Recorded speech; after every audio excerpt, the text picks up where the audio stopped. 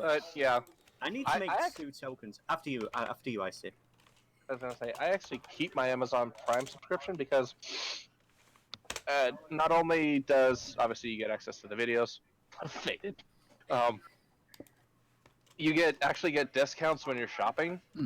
Like I got a shelf, like a DVD shelf, for like $50 because it was like 50% off. Recording with my Prime.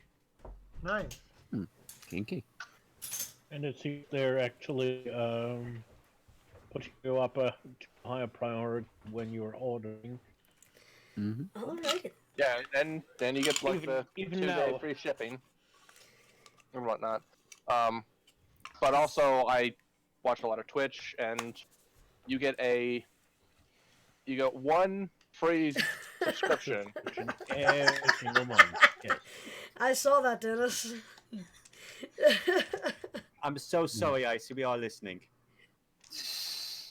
No, I'm done. Oh, Yeah. I'll probably get my Prime back soon. But anyway. So, Yes. when we last left our party,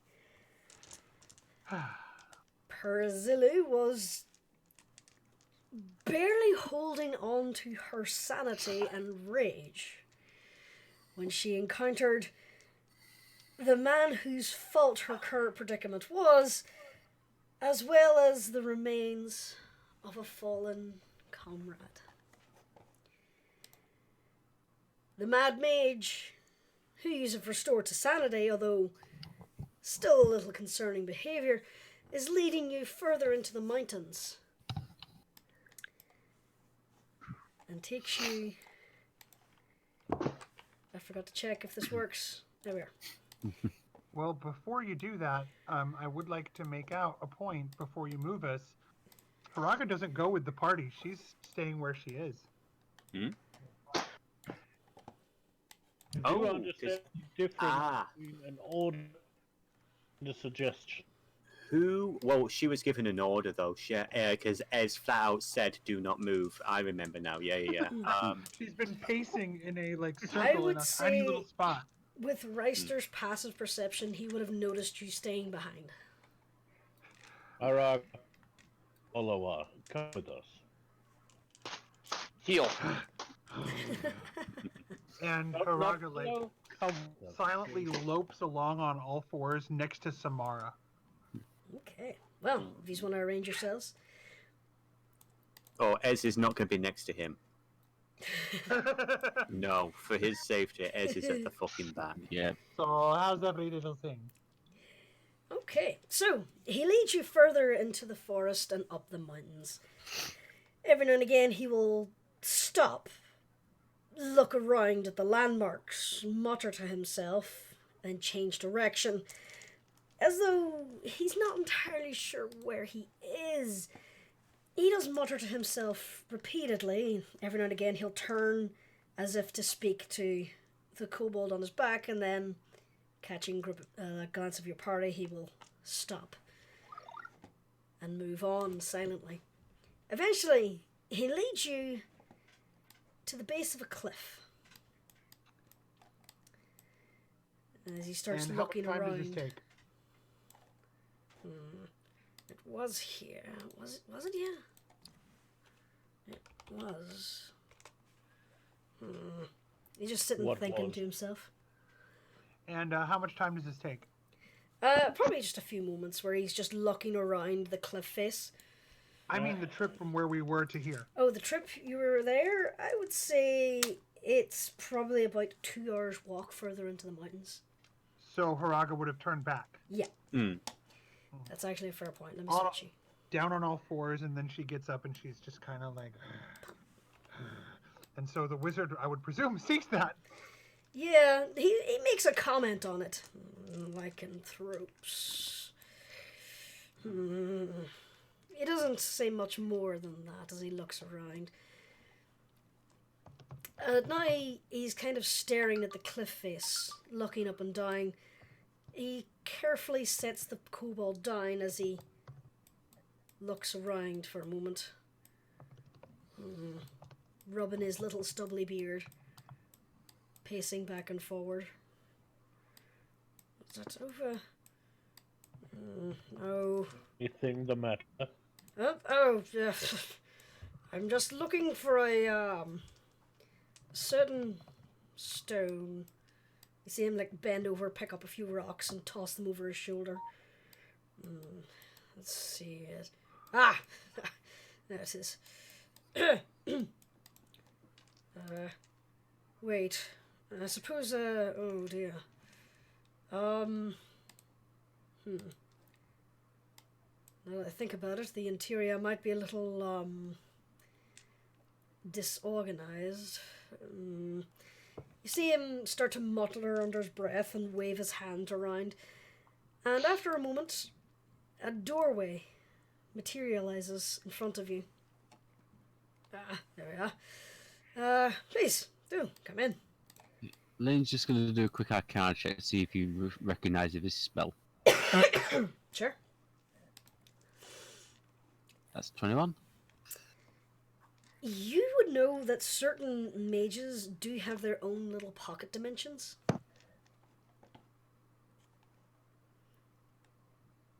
Well. I know if I'd like to see this particular spell performed by its creator. Oh, well, you mean to tell me it is of more common use? He seems very happy with that idea. Well, quite a few mages of the Academia Arcanum have mastered it, but not many in my order. A couple of the brothers have learned it, but Some of the sisters as well. that's true. Alright. One decided to hold me there for a while. Not the most pleasant place decided to craft. Anywho, why don't you accompany me inside? The door swings open at the wave of his hand, and he picks up the kobold carefully and steps through the doorway. Okay. I take it as we all go in, so You sure he's not going to trap us inside? Sir Lane, as you step inside, you find yourself in a rather impressive marble hallway. Reister, as you approach the open doorway, you can see pretty much the entryway to a hall as if you're looking into a large mansion. There's an arcane symbol in the center that appears to be part of a teleportation circle that is inactive. Around the room there are 4 pillars, on top of which are perched several sculptures, one of which is of Mordenkainen himself. And there's various artworks around the walls. Well, sounds at least for himself. Let me just change the music there.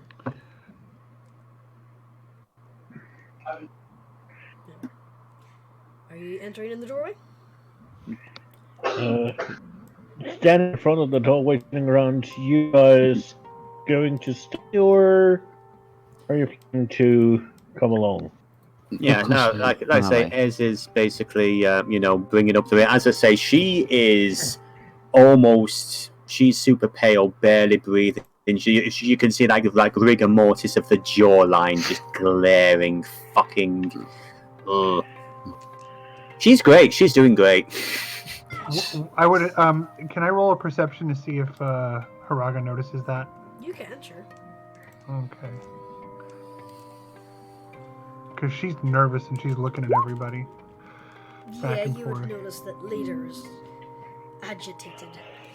I mean, even I noticed that, and I took only use my past perception. Yes. What do we do? Follow, be patient, be polite.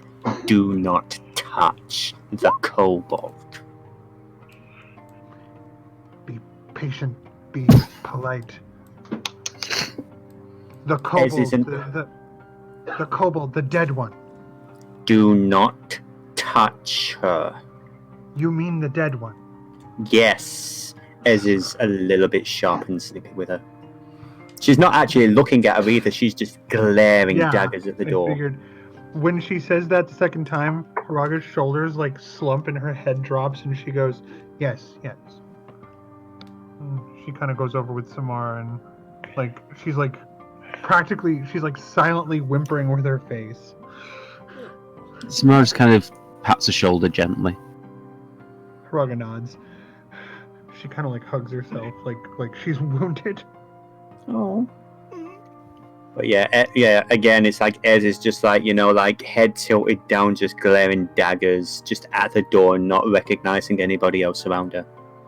Okay. What does the party do?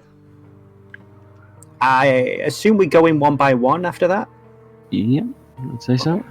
Yeah. Haraga stops at the door and unless Ez wants to stay outside and just watch the door and stare a hole into it. Did Rice just say that? No, that's the player suggesting it. I mean, it is good that Rice didn't say that out loud. Oof. I mean, if you feel uncomfortable, I don't think it's a bad thing if you want to stay.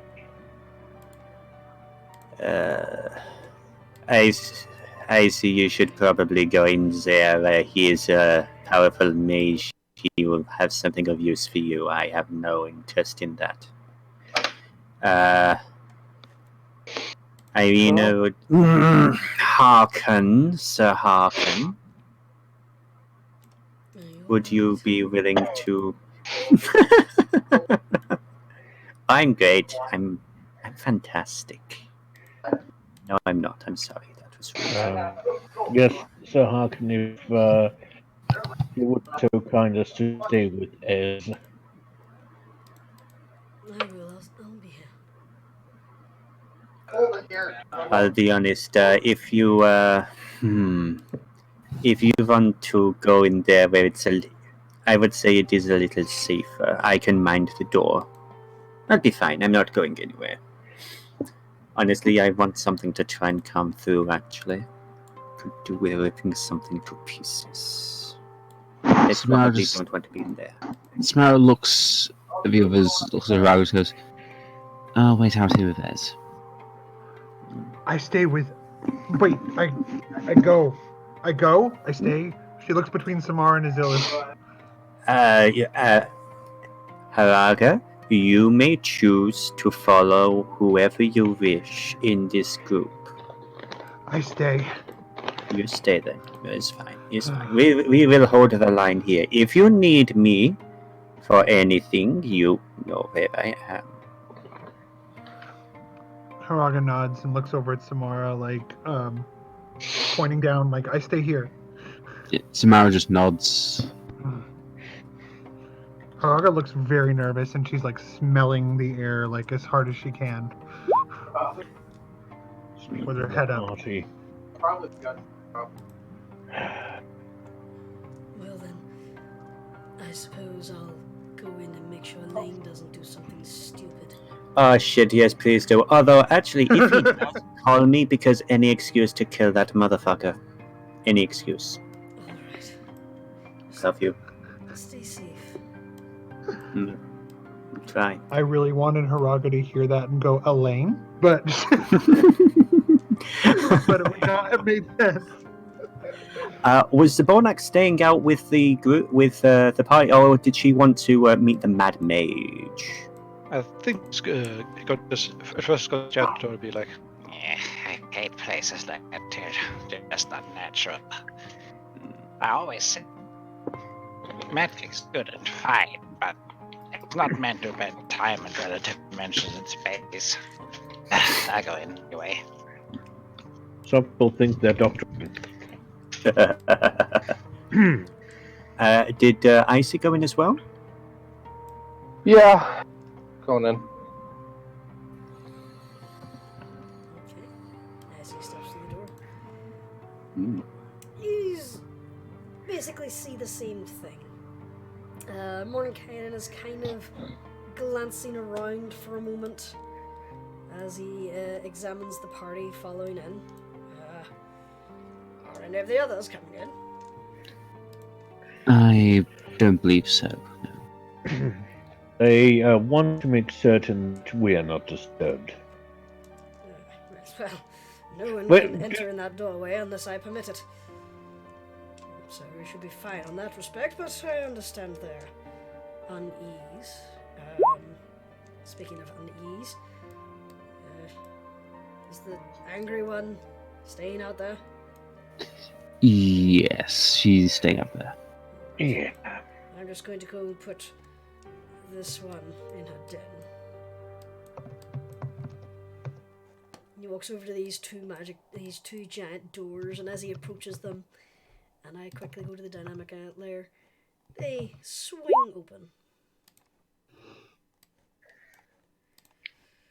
And he heads on in. Feel free to roam, just try not to mess anything.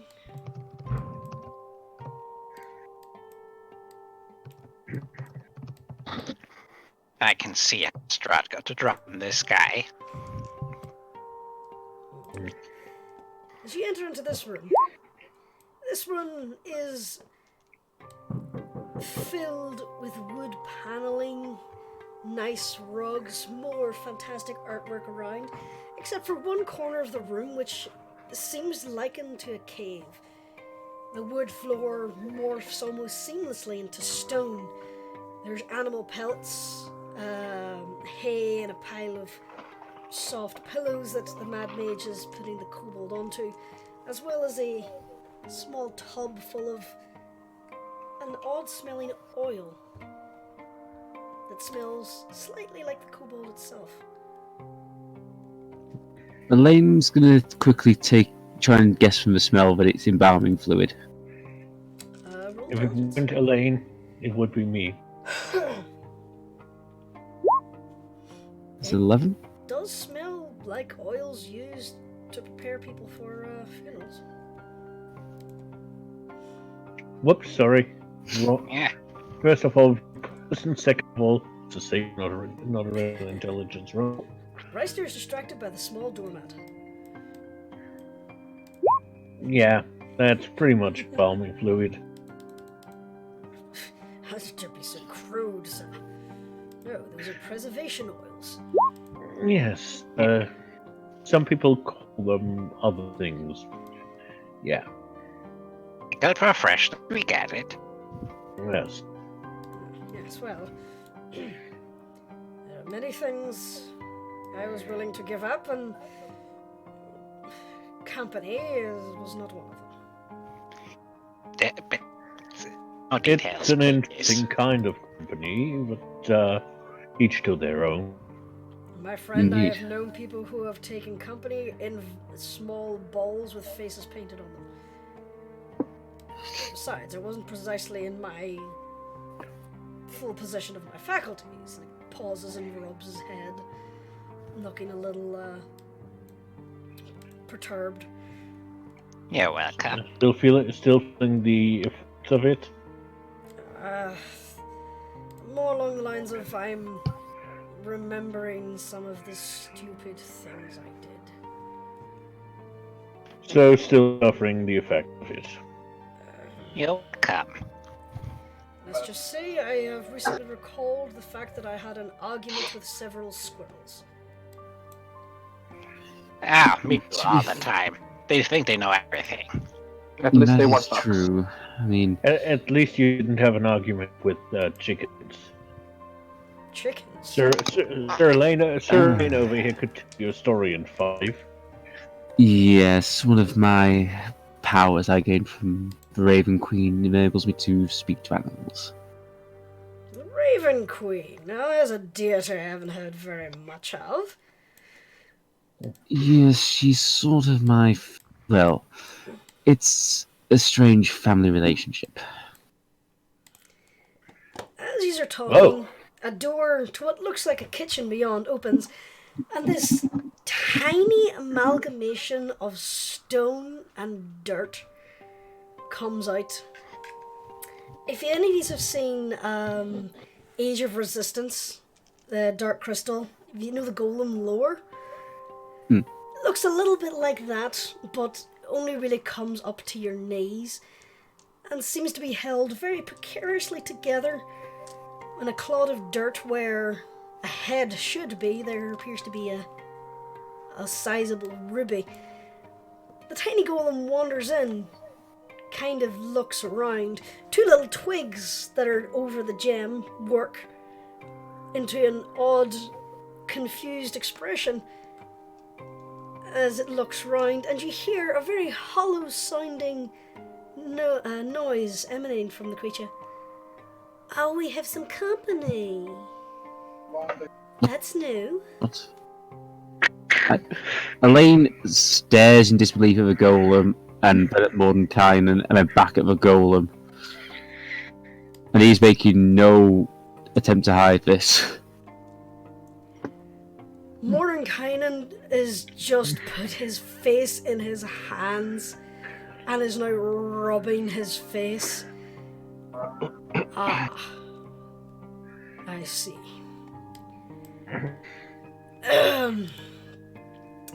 Hello, Shell. Oh, you remembered my name. That's very nice. Thank you.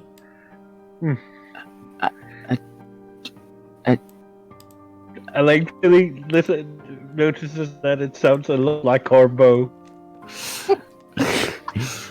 No, it's... I can't do the accents. My voice hurts. Elaine just stares at the golem a little, then stares back at Mordenkainen and just like,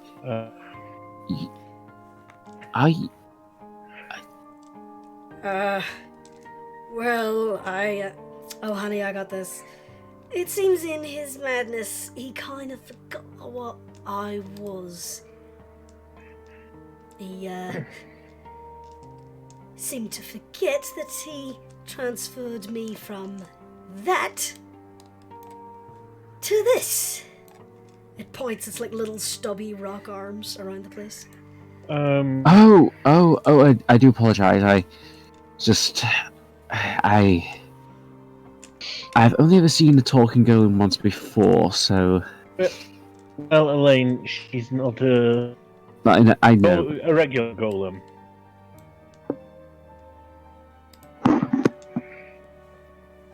I think I know someone.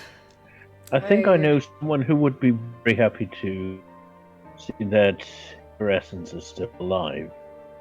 Indeed. Oh. Yes, that would make... As the owner of this house, I believe I should not be the one to do it. Oh dear. I get a feeling it's going to be me, isn't it? I'm not expert on real estate. I'm not sure that line of reasoning makes sense. Look now, honey, I'm not entirely sure what's going on here, so if you'd like to explain that to me, that would be lovely. Emerald's outside. You see the little twigs over the emerald, just over the ruby in its face, just kind of raise up to the point where one actually falls off. Long story short, carefully put it back. Long story short, we met Emerald. She is known now. Well, she was known as Morel. Fought pack seeds a couple of dozen times. She absorbed him. Absorbed Yastra. Hold on, honey. Did you say Hexid? Yes, he banished me, and then Ez kind of destroys his physical body because Strahd was using him as an undead enforcer. Long story short, there's been a the same thing, right? A large bull man, yeah?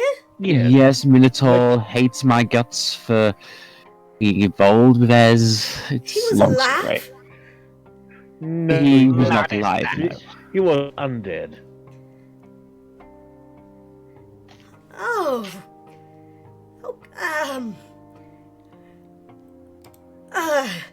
if you have ever seen a golem blue screen, this is what it looks like.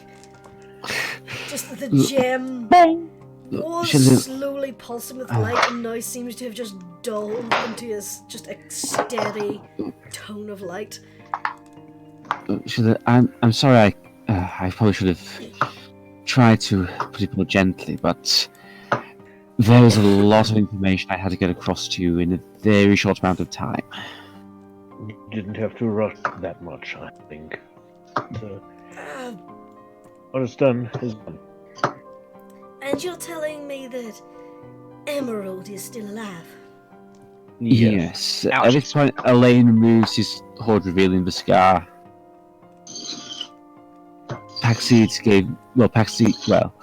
It's complicated, but yes.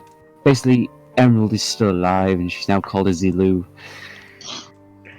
She has changed to look a little bit. Yes, she's kind of had a makeover or two since. I mean, you can certainly relate.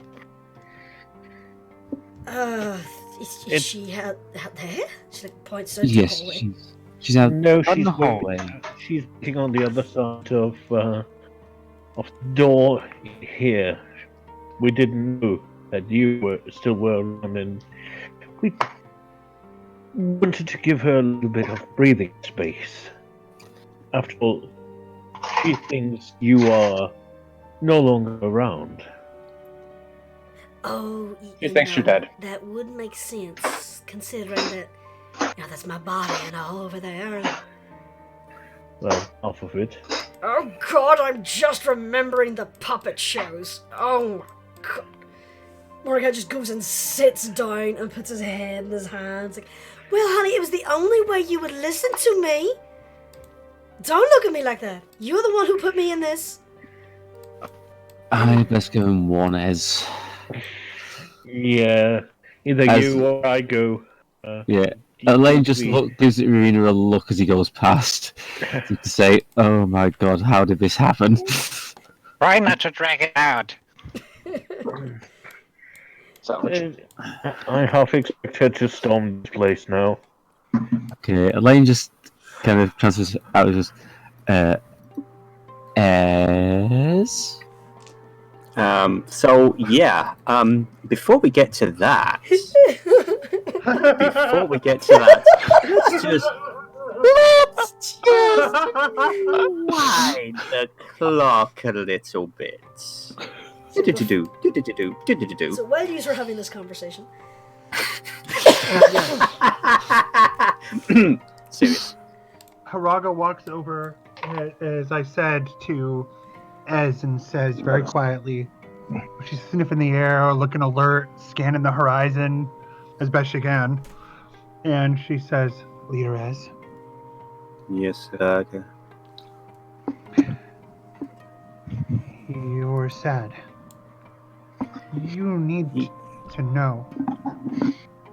You give good gifts. You're a good leader.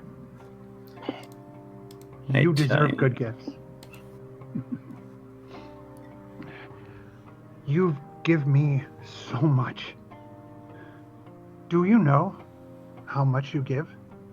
Do you know how much you give me? I mean, I've given you what is equal to what I've given. In a low voice, she says, "I same power." Not that.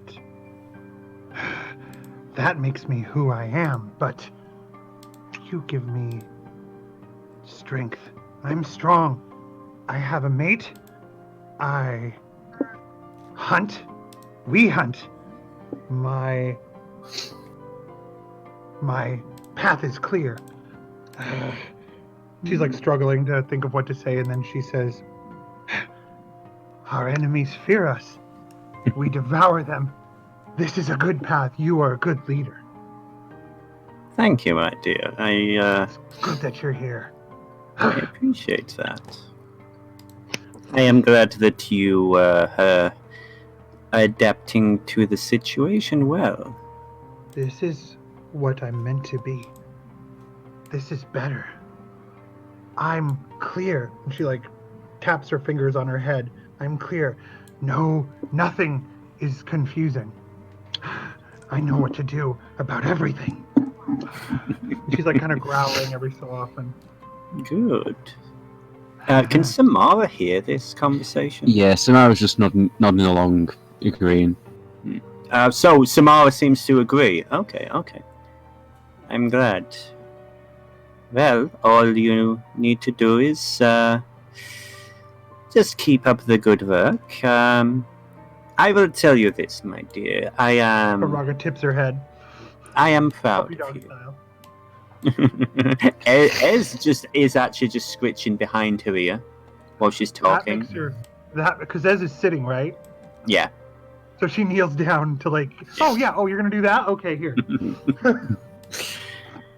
No, you have. I confess, I was a little concerned about giving you this level of power. You remember what we said about losing control? But you have done everything that we have asked of you. You have been very good, and you listen to orders when they are given. That is deeply She just laughs. appreciated.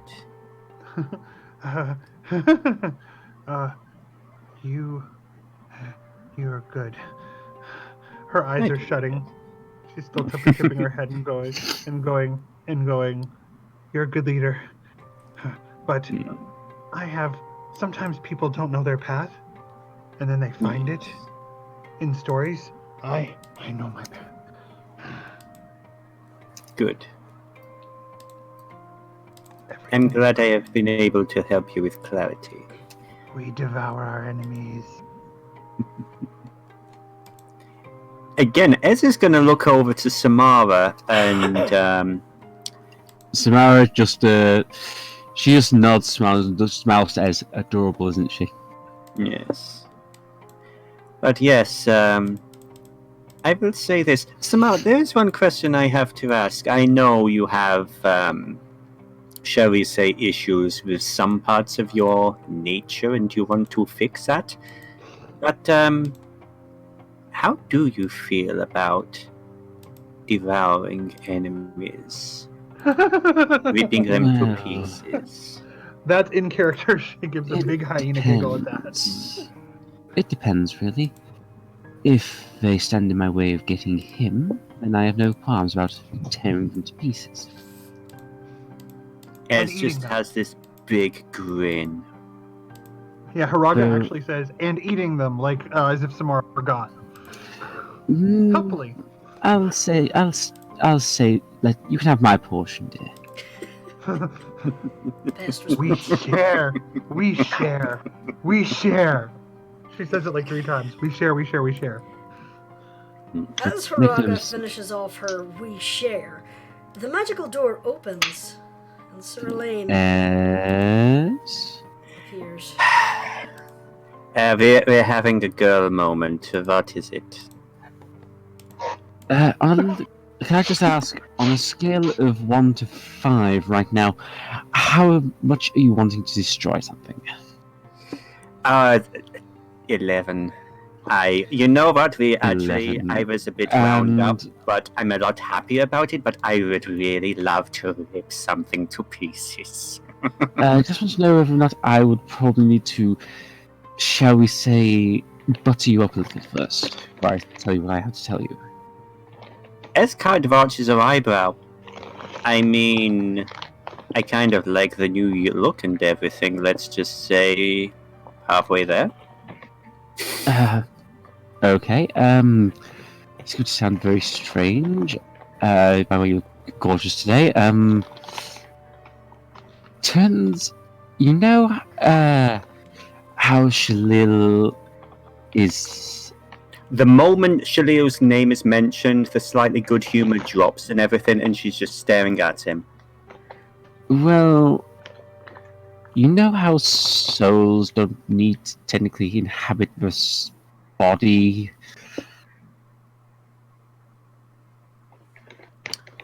And can be put in, please. and can be put in other vessels?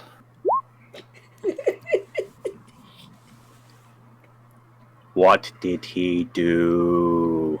Haraga she can feel almost heat emanating from Ez. It's kind of like how you saved pack seeds in Yastra, only not quite the same. Wait. So Shalil is okay. Shaliel's What is soul happening, Elaine? is fine. It has a new vessel. But he was keeping the old vessel while he was insane, and it's a very complicated story. But Shaliel's kind of in there, but she's looking a little different. I mean, so fucking am I. I mean, let's be honest. But right, Ez is just that's it. She's in. Yeah. Elaine just kind of steps to one side to let her go through. Raga follows along, right behind it, right behind Yeah. Ez. Oops, hang on. Lane- I accidentally moved the door. Right, Samara follows him in as well, just looks to Elaine and goes, "For the love of God, please tell me that nothing's bad's going to happen this time. I can't guarantee anything." As strides in, looks around the room, is sniffing, notices Irina, and goes straight forward. Right, do I need to be happy or do I need to rip something apart? Perhaps a little happy. Okay. Why did you come in? Haraga very quietly says to Ez, Hmm? "You lead. I hunt." And she's like sniffing the air and like trying to smell if any. She's like really trying to sniff the air to figure out what the dominant smell is in the place. Hmm. Roll Out of perception, curiosity, Haraga. what is that? Yes. What'd you say, Roll Devillo? perception, Haraga. I was agreeing. I was curious what the scent was. Leader's distressed. You need to follow leader. Yeah. He Yeah. The dominant smells smell right now would be Ez. clean. You don't like it. It's like the house of the fancy shop person the first time you came to a Mage town. You don't like it. There's no nature about this place. So, as you come into this room and you notice the small cave to the side with the little undead Shalil kind of flailing on a bed of pillows and straw, and you notice this tiny amalgamation of stone and rock. First you think it's a pile of refuse until it turns and looks at you with a singular ruby in the place of where a head should be, surrounded by a casing of hardened muck and pebbles and a few random twigs. Ez gets down on one knee and tilts her head a little and just takes a good look at what she assumes is Sheila. What did you do to your hair? Hey, at least I fucking have hair. I never had hair, honey. I mean, yeah, that is fair. That's sure. I was a lizard. Yeah. No, okay, wow, okay, sorry, processing a lot here. Okay. So that's you, definitely, okay. Well, of course, honey. What else would it be? Yeah, she hasn't fucking changed. Great. Okay, Seems Money over there. She like this random stone that makes up her shoulder just kind of wags towards the embarrassed-looking mage. He's not so good with healing arts, I found. And when I asked him to help me, he went a little bit of the logical route instead of the medical. To his credit, he was losing his mind at the time. I think I Kind of helps with stupidity. yeah, Ez is kind of trying hard not to blue screen herself at the moment.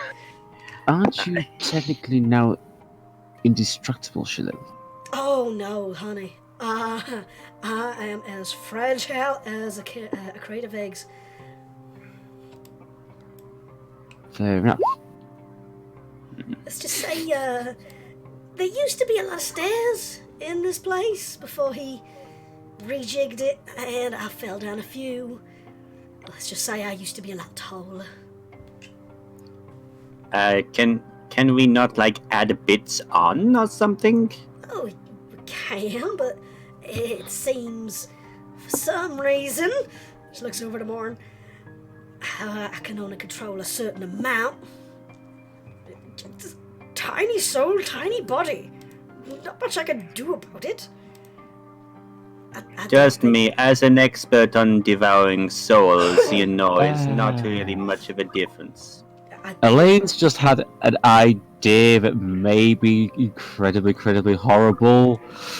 You're not, Elaine. You're not suggesting what I think you're suggesting. He's not suggested anything yet. Yeah, he's not specific yet, but he's kind of. You could just kind of see the gears in his head moving at this point. Elaine. As Mordenkainen kind of stood up to defend himself, you could almost see the ruby physically rotate in the golem's head as it looks back to Ez. Yeah, I don't think he's all that good with making golems. I don't think he understands that stuff.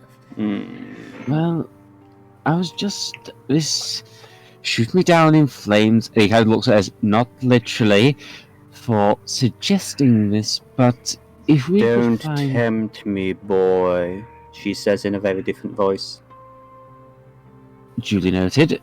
But I was about to suggest, if we could have a similar small body we could use temporarily, we could transfer you into it. What? Well, we know some. He kind of indicates there's a Zabornak who I think still has the puppet. Say it again, please. But does Zabornak still has the puppet, doesn't she? Strahd. Yes. Well, we know someone who can make puppets. Could we not get a puppet body made for Shalil?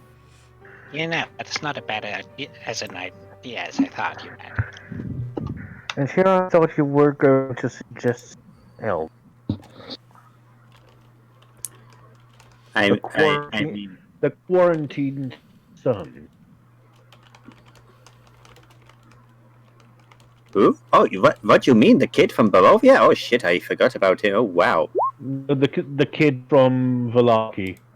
Yes, we could always ask him. He seems to be quite adept at making golems.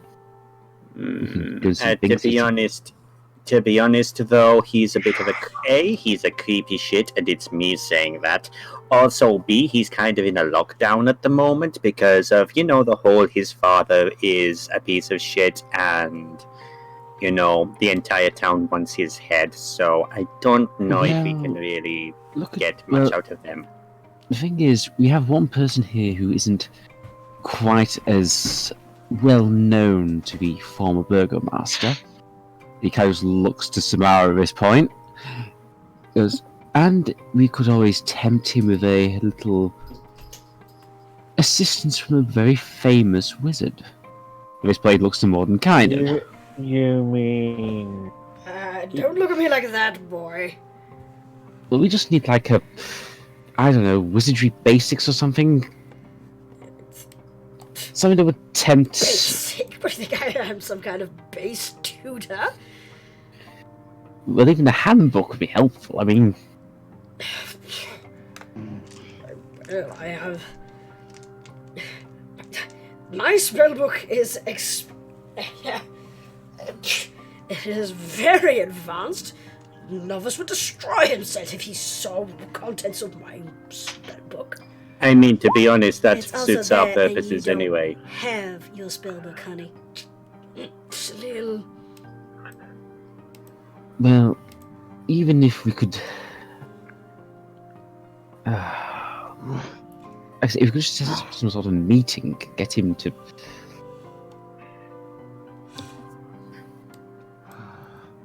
He wants to learn. He's interested in magic, so...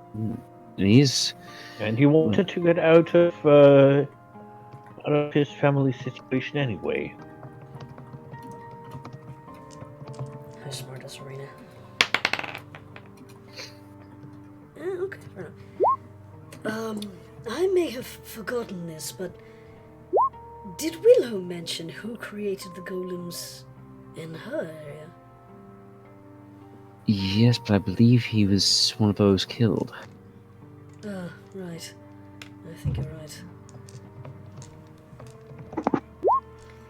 You're just kind of like goes, just start crossing her arm, just like just tapping the bottom of the helmet while she's thinking.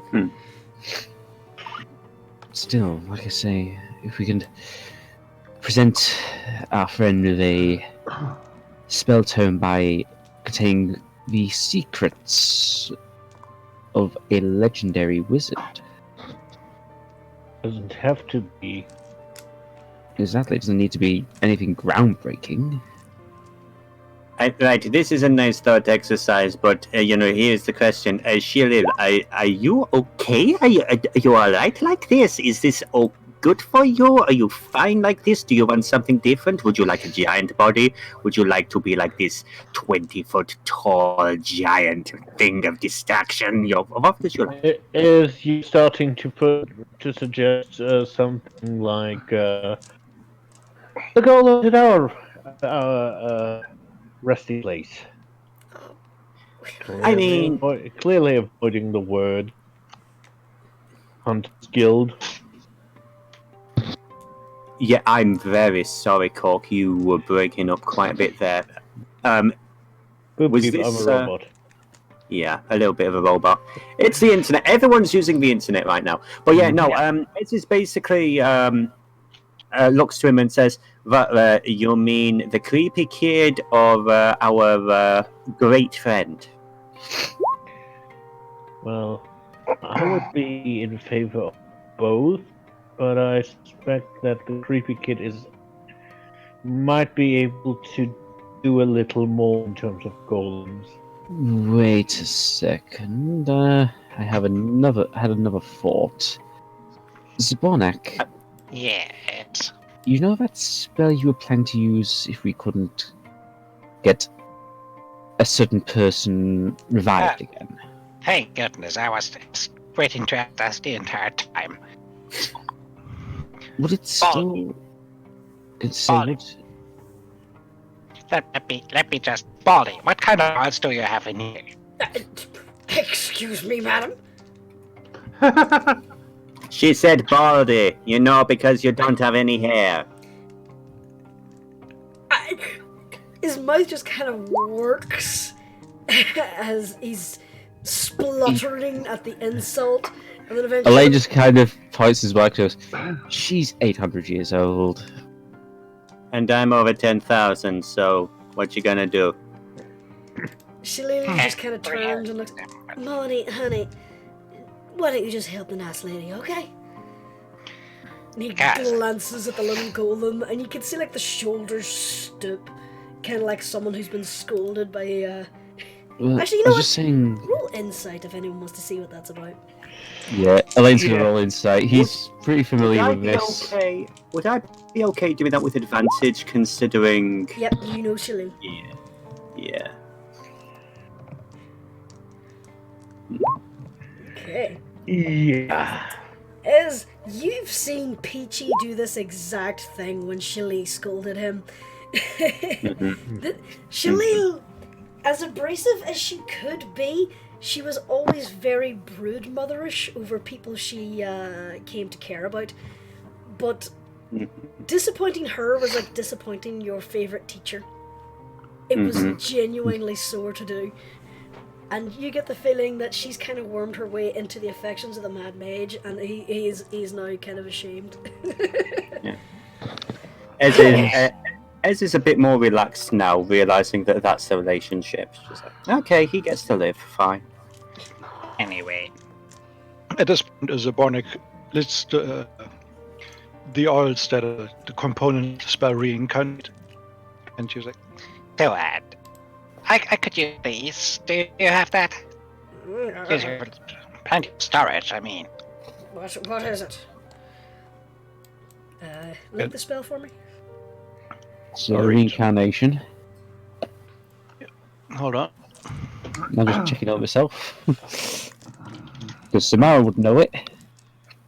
Well, she'd know of it, but...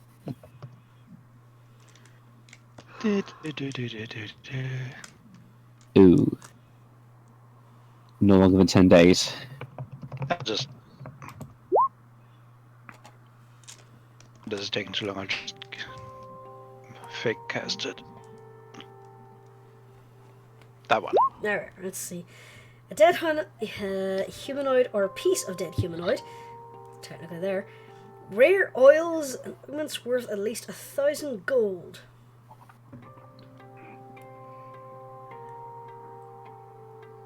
Okay. Mordenkainen just kind of starts scratching his little beard. Reincarnate spell. Yes, I am aware of the spell. It's not one within my repertoire. Oils? I suppose... I'm not sure if those would work. I use them to preserve the body, and normally they're used in ceremonies. Shalil herself blessed those. Little golem just kind of like flexes its boulders at the shoulder. So they could be part of it. Forgive me, but isn't there usually a time limit on that spell? Yeah, but I figure it's still worth a try because over there you preserved the body, and over there you preserved the soul. That might be... He's like deep in thought for a moment and goes, give him...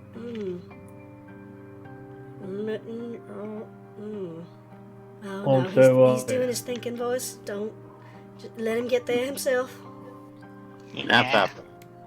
I know. Man's still thinking ahead. While he's doing his calculations, in Draconic, Ezel murmur to Ashilel, you didn't take long to find a new fellow, did you?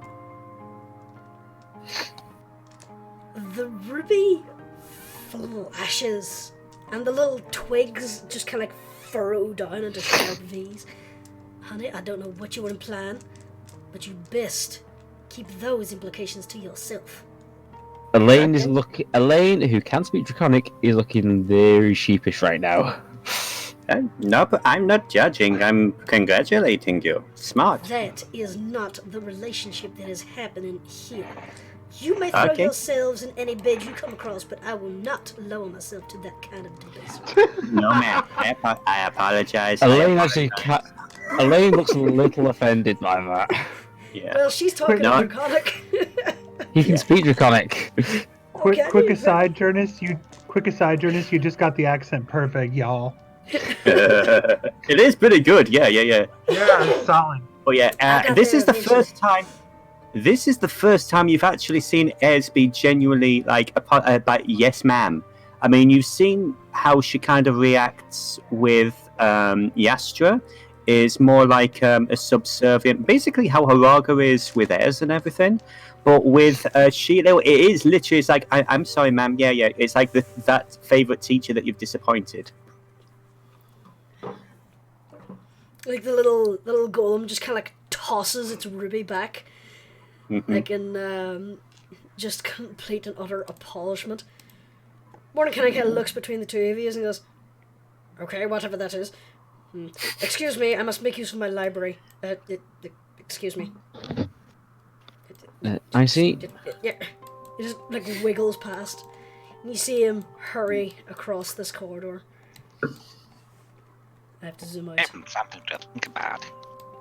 Talandar is staring at Ez, then at Shalil. I haven't seen her that speechless before. Yeah, no, it was mine, my bad. You know, it's fine. Yeah. So, sometimes you have to learn to put this child in her place. I am over 10. Oh my gosh, I'm doing the accent. I always slip into the accent. I am over 10,000 years old now. Thank you very much. Could have fooled me. This is actually true. I had some people look into it. You were the only one who read that box, dear. And Ezilu, is that what you're calling yourself now? Yeah. In reference to Anzilu?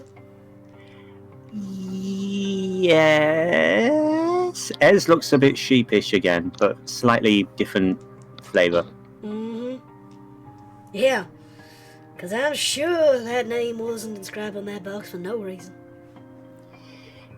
Yeah, so here's the thing, and basically over the next 2-3 minutes, Ez basically explains everything she's learned about herself to Shiloh.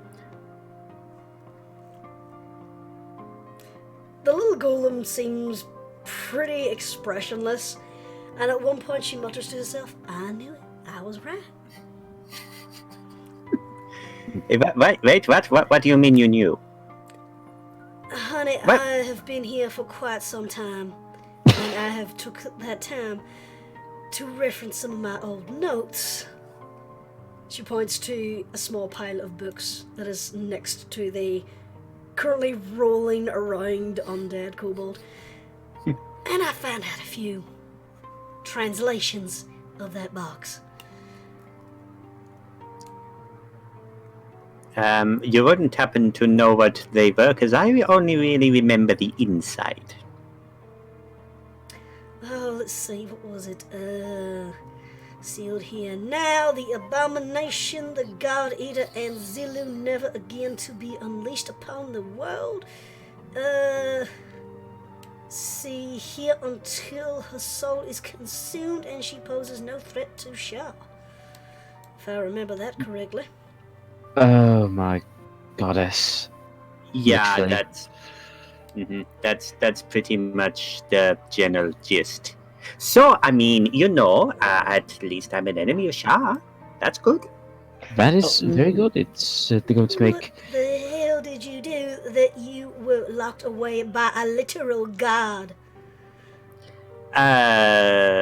Again, another like I- 10 minutes of the entire campaign of death and destruction over Chode, wiping out her mother's cult and all this, that, and the other, and with a kind of replacing it with her own cult, and then the whole thing with the eye, and la da da da da da da da da da.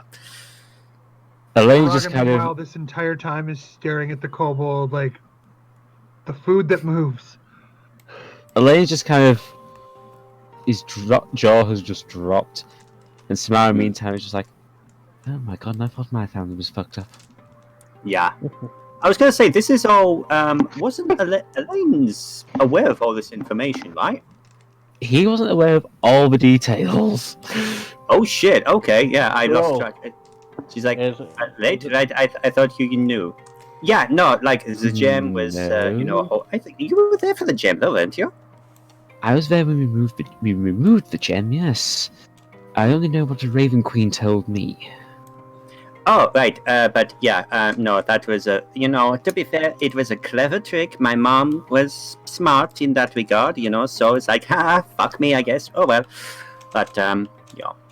I think I may need to have a few words with a certain someone. We know a few certain someones. You're going to have to be more specific than that, I'm afraid. Your aunt. Ooh. Ez looks a little scared. What do you mean? I just it's- kind of. It's more just kind of trying to find out if she knew anything about this before the whole. I just have some questions I just need answered, that's all. If you do have a chat with Salone, I would. Would you mind letting her know I wouldn't mind a conversation?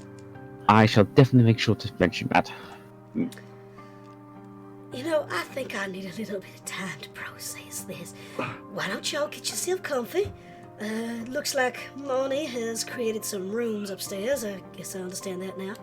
I'll just throw some things together while I contemplate that vast amount of information.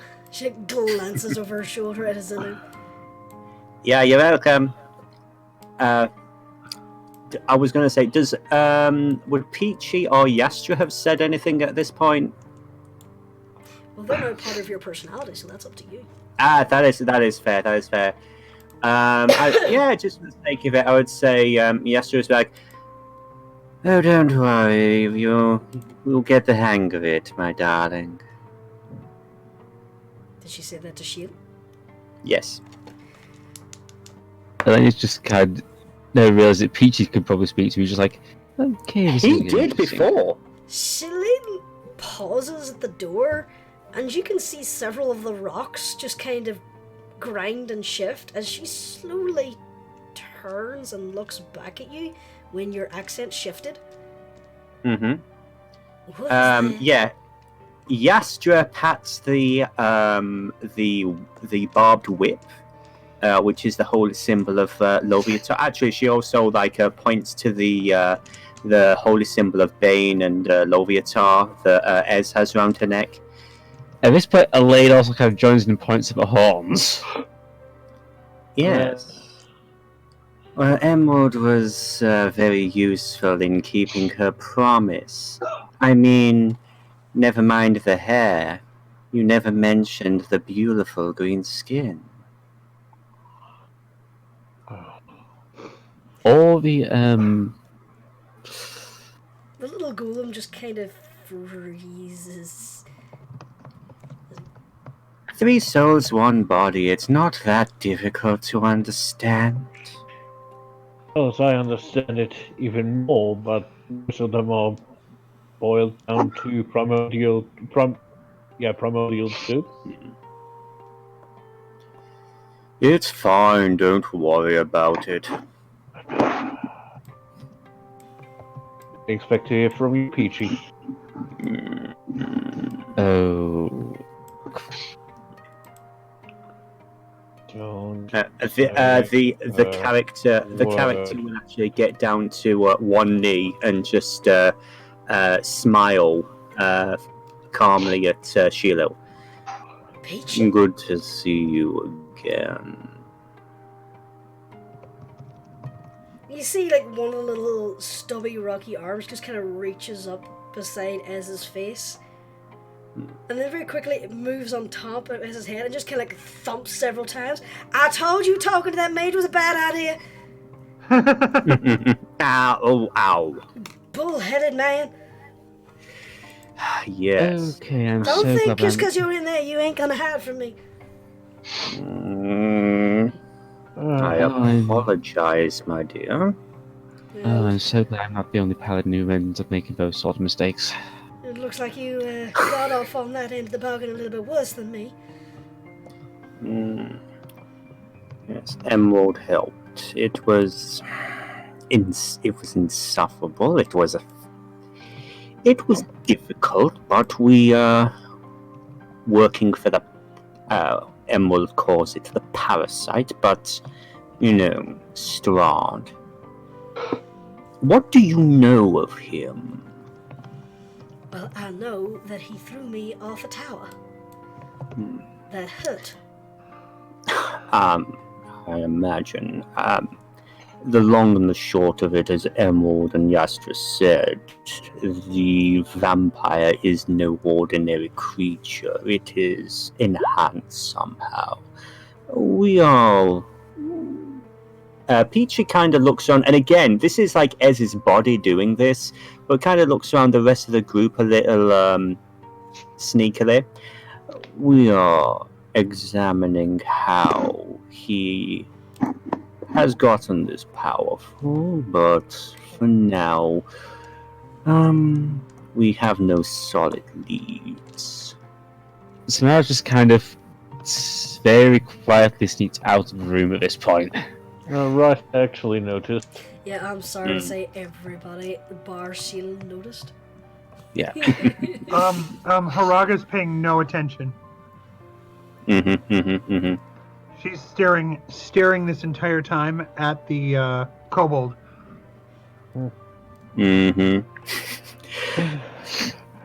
But yes, I'm sorry, Lady De Silva. But things are fine now. Not the best body we could have had, but Emerald has been an accommodating host to us. I was able to make a few. He flicks the side of the horn, changes. Elaine is just being very quiet at this point. Yes. The little twigs just kind of like twist around. Well, I suppose this cancels you being okay? It's definitely preferable to being a servant of that creature. I look forward to returning the misery that he endured on me. You and me both. You know, I think I need a little time to process this. Of course, Lady De Silva. Peachy bows low and then slowly, respectfully gets up. It's nice to hear that name again. Aren't you all, make yourselves comfortable? I have no idea how long he's going to bury himself in that library. I'll put some food out over there, and she points to the stable, in a little while. I need some time to think. Before he relinquishes control back to Emerald, still staring at Sheila as she walks away, Peachy just tilts his head to the side, or Ez's head to the side, and says to Elaine in Infernal, "Yes, that was me." And Ez is back.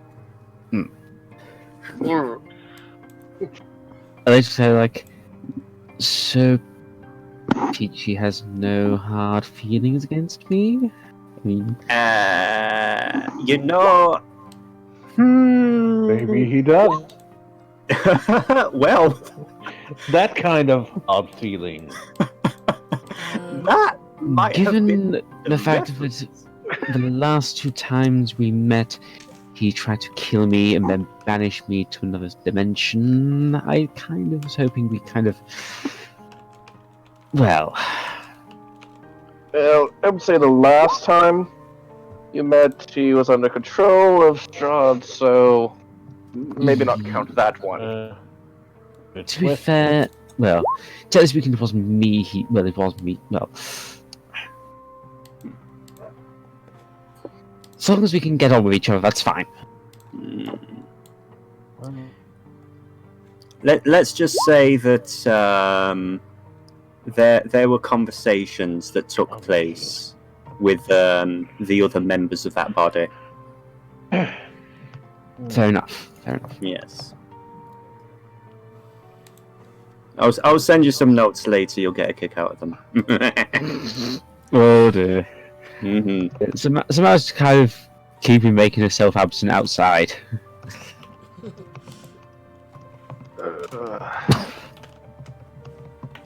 I think for now we can retire. Looks like he's very, very reluctant in giving up his ego, but seems like he's showing a little hospitality.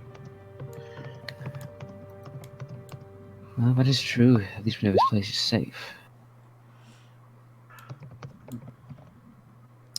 So yeah, Ez has completely not noticed the fact that Haraga is still staring at the kobold body, so won't even touch that. But she does mention as she's walking past Icy. So, I mean, this is, as I said, Modern Canaan is supposed to be a powerful mage. There might be something of use for you, my dear. I don't know what, but perhaps there's something. It'd be worth at least taking a look around, Icy. I mean, Mordenkainen is rather well known. Yeah. Yeah, I don't know if he'd be willing to part with anything, Uh, material-wise, but perhaps I could find a book or two with some interesting spells or techniques. It would be worth a look. I mean, I know a few people back home would be, well, they give their left arms to learn something from him. And of course, there's enough people who think it would cost them their left arms to learn something from him, so... and there are more than enough people who lost their left arm to learn something from him. Yes, Yeah, that's that true. probably doesn't come to that for me. He does have a reputation of being completely batshit insane. Good, don't worry. I know exactly how to handle him. Perhaps then I shall have a look around. As you mean, You know how to strangle him. Both. I remember No, hearing but some- not. I remember hearing After you, stories I'm about sorry? him owning a castle and having people from different dimensions acting for him, making some sort of stage productions. What are Okay. you talking about? It's just this weird story I heard about him. About Mordenkainen's ego. Yeah, something about a castle in a place called Greyhawk. Yes. Hmm. One never would have suspected he had an ego. And Arena Oh. looks pointedly at a portrait here, which is a portrait of Mordenkainen atop a horse, but his physique has been exaggerated, and he has long flowing locks. Oh, holy shit! I really hate this guy. look at the statues out in that that very traditional style atop the pillars. 3 of them are people you do not recognize. Only one of them is Mordenkainen. Would Elaine recognize any of them? I would say no.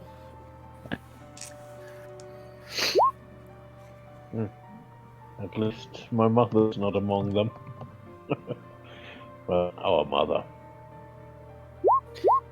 Samara gingerly comes back into the room and sort of sits down awkwardly here. Ah, hello, did you enjoy your little walk? Yes, I wasn't aware that. Well, because Samara didn't actually know about the soul siphon thing. Oh, right. So, you have the soul of the Minotaur in you. Yes, she does. Oh my god, you know who I am, don't you?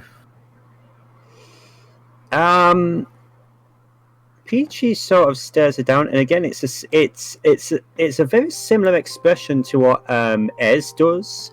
You know, that sort of like dead eye, you know, tilt the head, you know, wicked smirk. Yeah. I do. Oh god.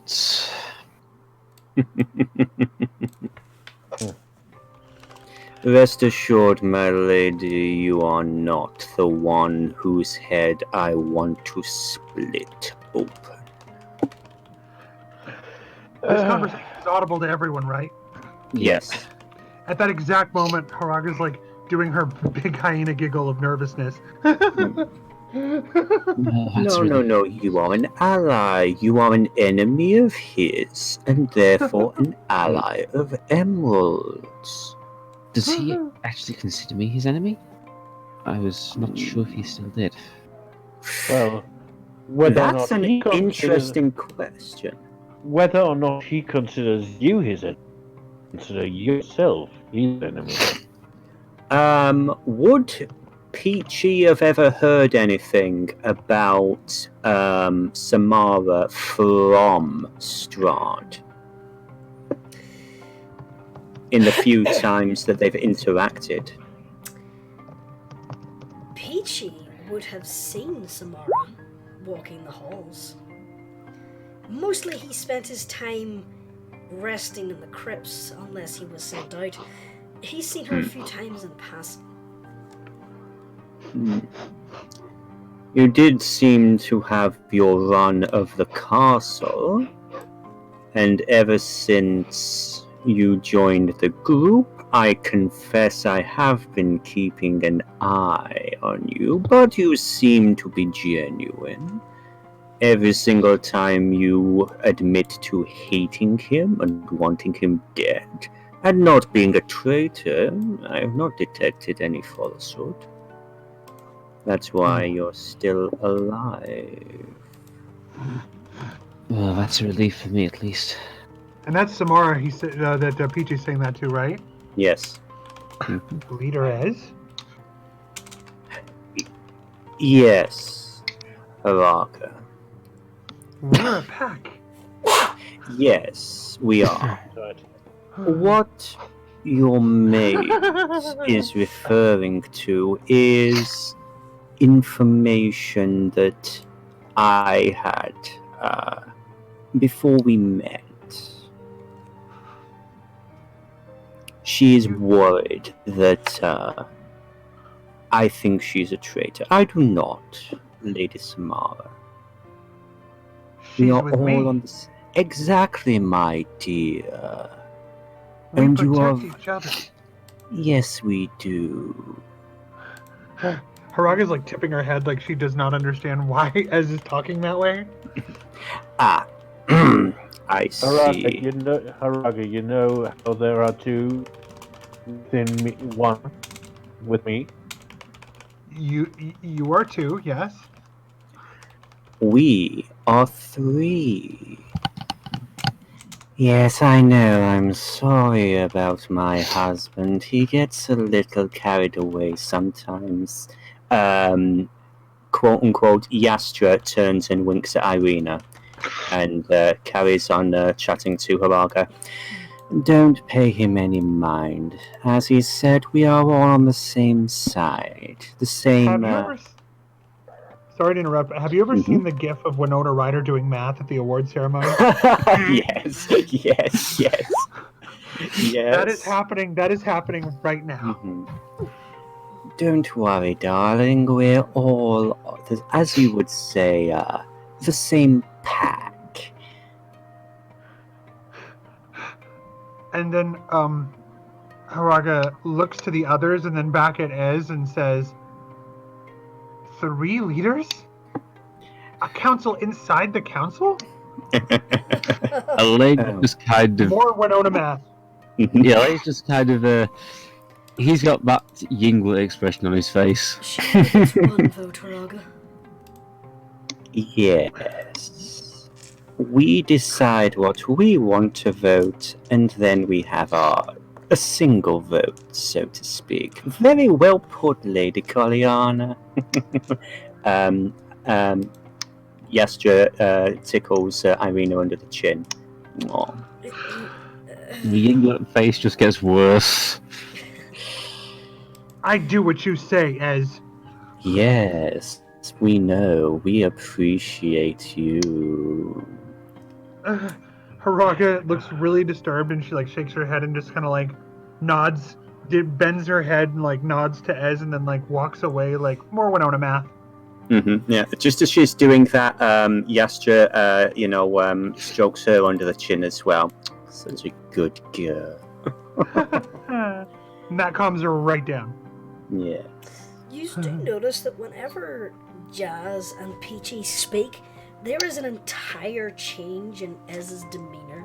Not only does her accent and tone change, but the way she holds herself.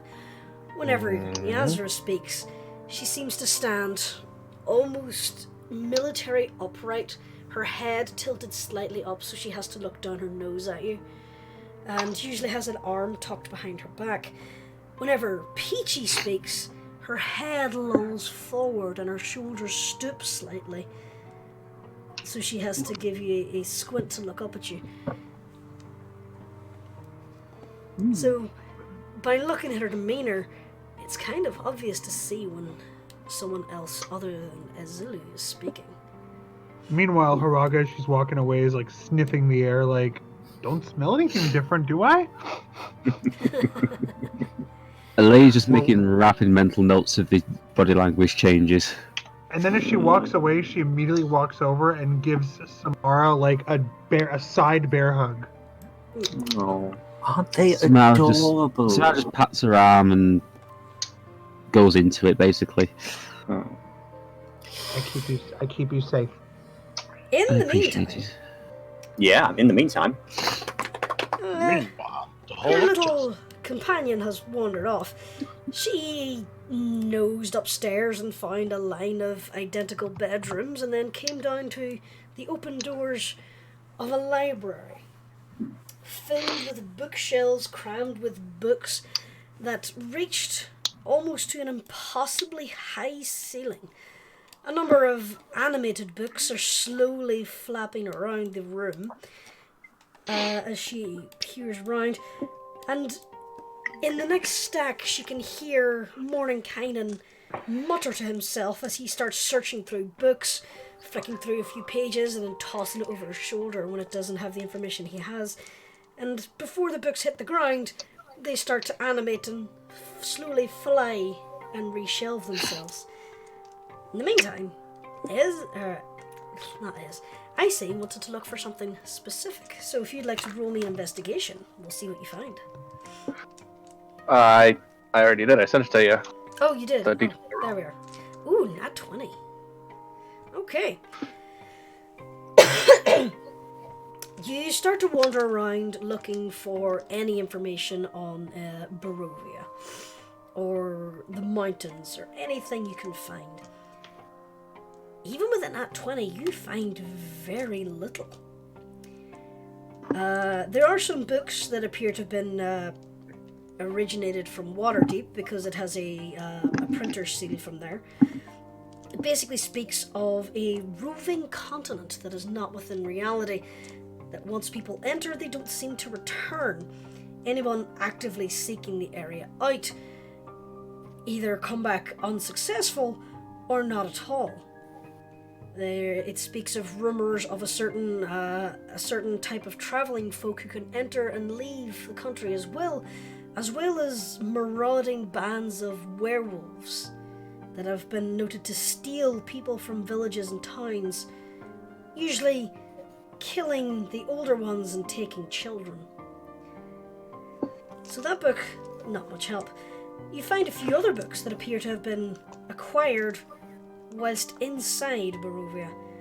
A few local legends, a brief history of the construction of Ravenloft, how long it took, who was the architect, things like that. Nothing overly interesting. You find a few local legends from the town of Barovia. You know, usual ghost stories, things in the woods. You do find, eventually, a book. It's rather small and tattered, and appears to have a chunk of amber embossed in the front. It tells the story of a temple that is rumored to reside in the high southern mountains. The place is known as the Amber Temple, or Tomb of the Gods. It's rumored to carry a number of forbidden tomes of knowledge, powerful spells, artifacts, creatures. The book notes that no successful expeditions have returned at the time of the writing of the book, which you note was during the time Strahd was still alive. This book is very old. The book ends warning that the place is dangerous and should not be approached.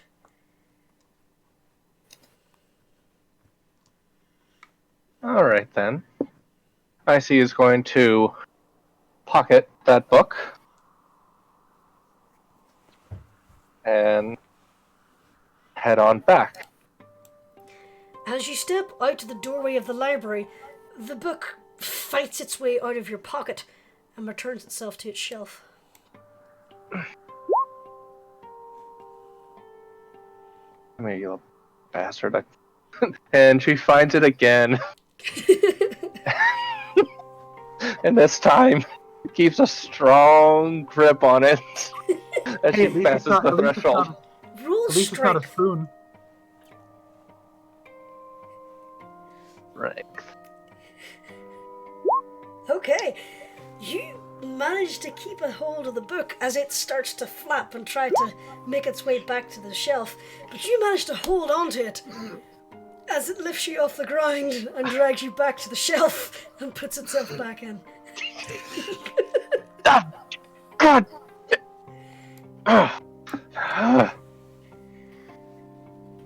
Still trying to be as quiet as possible so she doesn't disturb him. Roll stealth.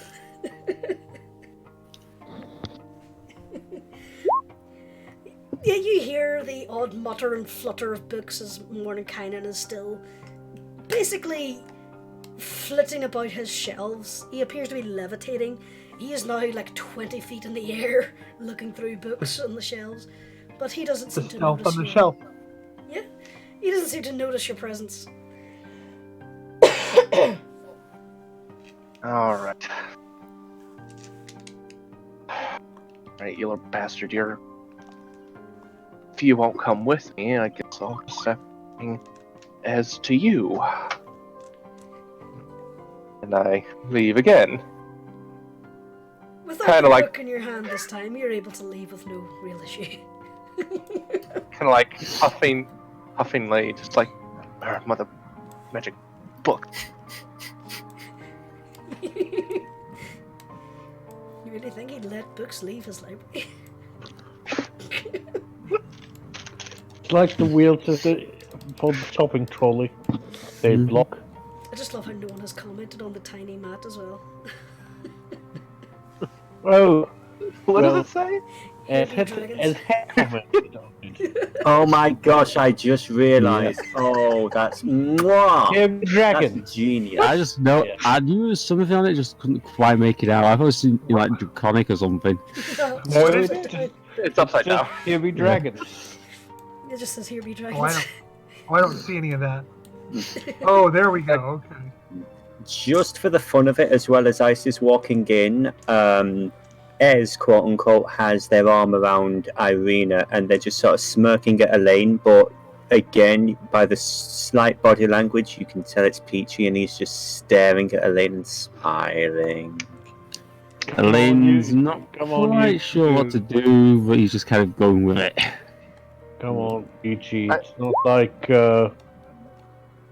the others don't have a say. Peachy, enough. Yes, Lady Kaliana.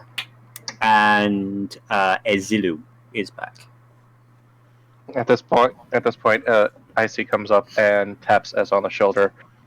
Could you Yes. Can you come with me for a moment? I have something to show you. Everything all right, my dear? Oh yeah, everything's fine. Something I just couldn't bring in here. Right, sure. Turns to Irina. Are you all right for a moment, my dear? I'll be fine. I'm just admiring the artwork. It just Bloody looks hideous, back isn't up it? the painting. But yeah, Ez is gonna follow Icy. And- Got any drawing chalk? I I'd think like to he'll know improve what the art. And back to the library we go.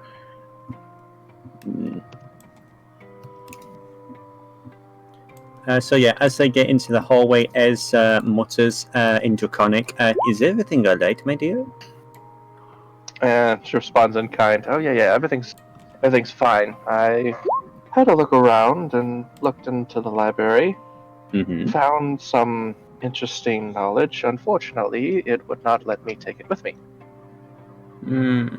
Okay. Magic books and all. Not much of a book reader, if I'm honest, never was, but let's see what we can do about that. To be fair, I just didn't know how to read. As you enter into the library, you two see these shelves that reach an almost impossibly high ceiling that are stuffed with many different tomes. And she goes right back to where the book had put itself and pulls it back out. The book seems to flutter in annoyance. Hey, now calm down, you. I'm not taking you out again. You're staying in here. Talking to a book. Yes, you are talking to a book. But I'm this assuming book- there is a reason. This book has knowledge about the mountains. Oh, as his expression completely changes up. What does he say? What does he say?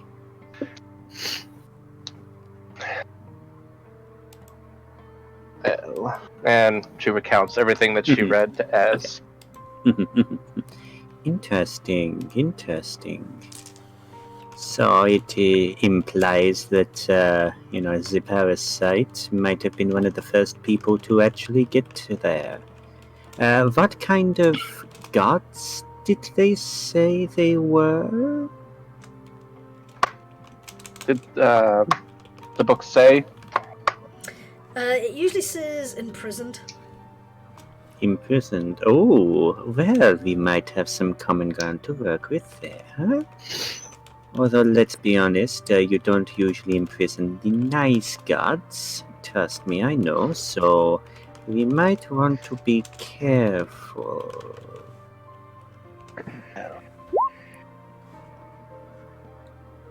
I tell you now, they might not like you.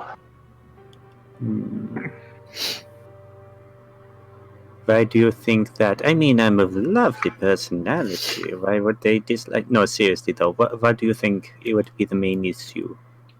They were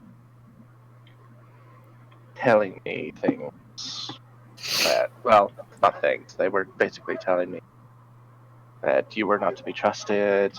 All this, blah, blah, blah. Oh, you'll control me, and blah, blah, blah, blah. I see. But you... Okay, As after you. say this, make me a quick intelligence check. Me or Yes, you, I see. Okay, intelligence check. You pause and think for a moment, but whatever it was that slipped your mind probably wasn't important. Oh God. That's never a good sign. Well, the fact that you trust me over them means the world to me, darling, for real. Thank you. And Ez puts a hand on her shoulder. Trust me, together we are going to do great things, and I promise you this, you are going to get everything you deserve. All the power you need. I know, sorry, I just realized how sinister that sounded, but no, we're on the same team. Don't worry, McCabe, you'll get yours. You'll get everything you deserve. Yes. I promise you.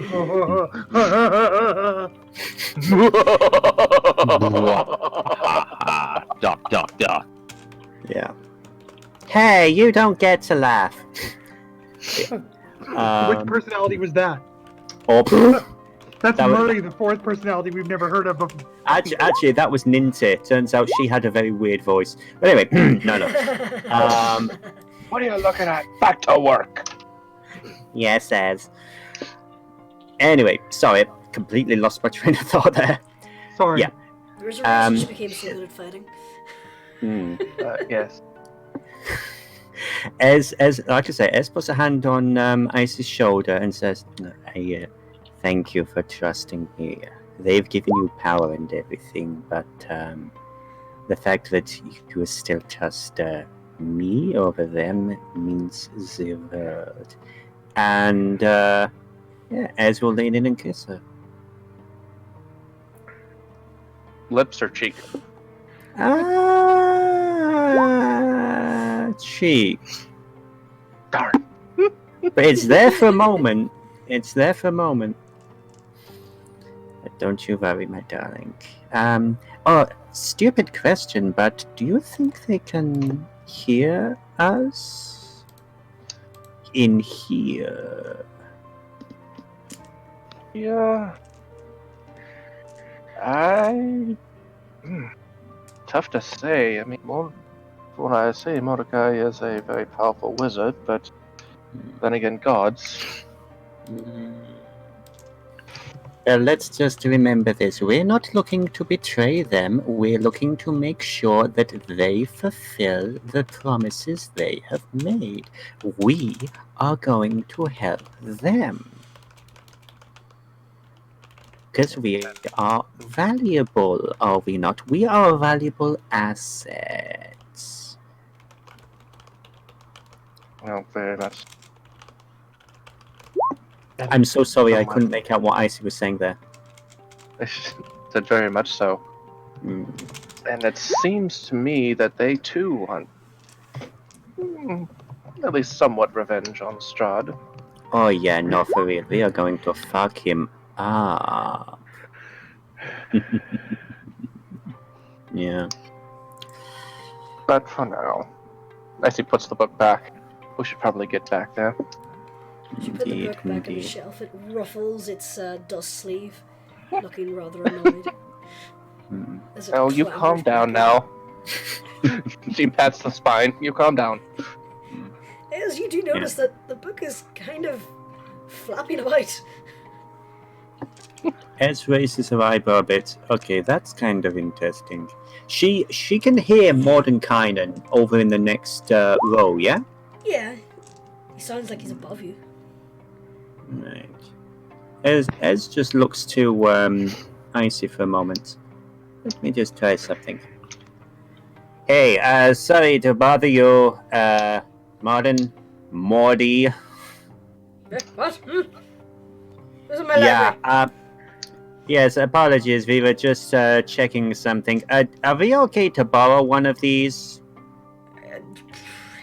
You won't be able to take it out of the library, but if you want to read it, you can check out the study. The other The room. study. Okay, I mean, does that seem agreeable to you, Madam Swiftwings? Seems agreeable to me. My friend is looking to improve her arcane abilities. You know, do a little reading, a little study. You notice his little bald head pop around the bookshelf, but it's like 20 feet in the air. Just don't damage anything, and if a book tries to get away from you, let it go. There are certain books that only I may read. Okay, that is fair. And in Draconic she'll murmur, bugs. Oh, where the shot? Study? Yep. Okay. They attempt to go to the study. Is that this door up here? Yeah, that's the only other door you can see from there. Okay. Ez walks forward and holds the door open for Icy. Inside, you find a nice, cozy, wood-paneled room with a series of desks that I forgot to put the clutter on. It's all good. With a couple of comfortable chairs, a wine cabinet, and it looks like this area had been set up for research and reading. These tables are just cluttered with books and scraps of paper. There also appears to be some ground-in dirt on this carpet that leads from the door to the chair. So it looks like silly golem's been in here at least. Interesting.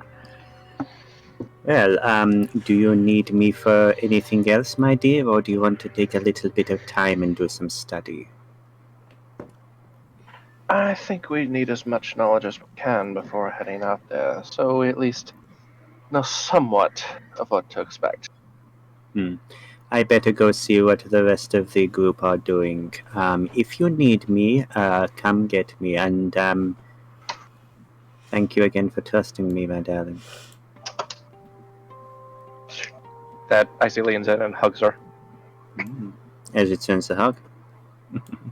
But yes, perhaps we should have a conversation with Irina at some point. But first, business. Yes, business. Good luck. Ez walks out and closes the door behind her. As you walk past this bookshelf, you notice Mordenkainen is basically levitating several feet off the ground, and he has just this flock of books slowly circling around him. I have to admit, that's impressive. Yeah, basic magics of research. It's handy to keep things nearby. He doesn't even look up from the book he's reading. He just flicks his hand over his shoulder. Ez flexes her wings and flaps up towards his height. Yeah, too, but I mean, mine look cooler. And then she'll just fly out. A number of his books get kind of buffeted about in the airflow of your flapping wings. And he looks mildly annoyed, but doesn't say anything. So yeah, Ez will just, let's see, do we have a nice thing for wings? We do, yes. Ez is going to flap away. In fact, yeah, she's literally going to fly through the door and she's going to land next to Elaine. I see. Any books that you lift, they allow you to take them into the study. Every now and again, you'll come across a book that refuses to leave the shelf or will not be opened. Looks like Mordecai wasn't kidding when he said some of the books were for his eyes only. So we'll leave you to your studies. So every time that happens, she just kind of rolls her eyes and puts the book back and goes to the next one. Okay. Let me know if you want to research something in particular, whispers there. So, Ez flies through the door.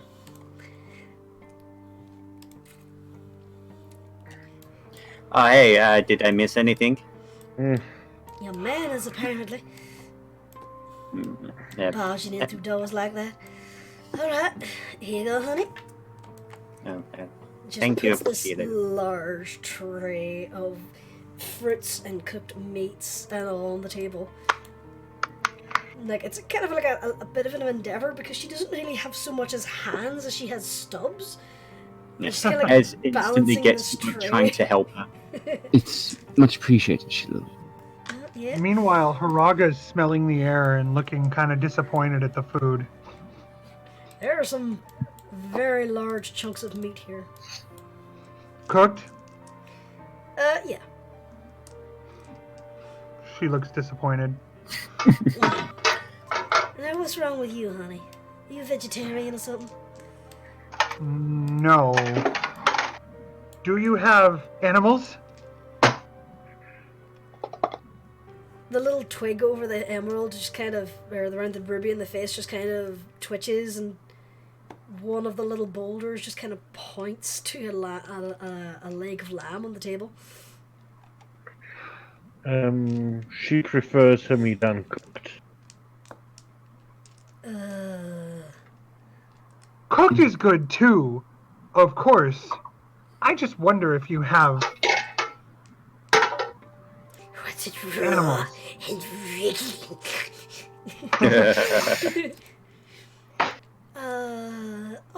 Just give me a little moment. Let me see what we have. I follow? If I you will want, honey. advise Harag. She does. She goes with.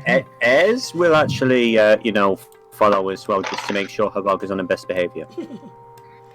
Little golem lumbers into the kitchen, down a little step, and you notice that pretty much everything in this kitchen is down to Sheila's size. So she wanders over and starts patting, looking through the cupboard and such, and eventually she comes to this one and pulls down a haunch of beef. It's salty, but it's not cooked. Yes. Here you go. She just starts eating it. At the table, Haraga, at the table. Yes, leader. Politeness, thank you. We are polite. Yes. Ez just pops her head into Sheila, and then Draconic says, newly transformed lycanthrope, she prefers raw meat. Don't worry, we have her completely under control. If you say so, honey. But if she makes a mess, you'll clean it. Yes, ma'am.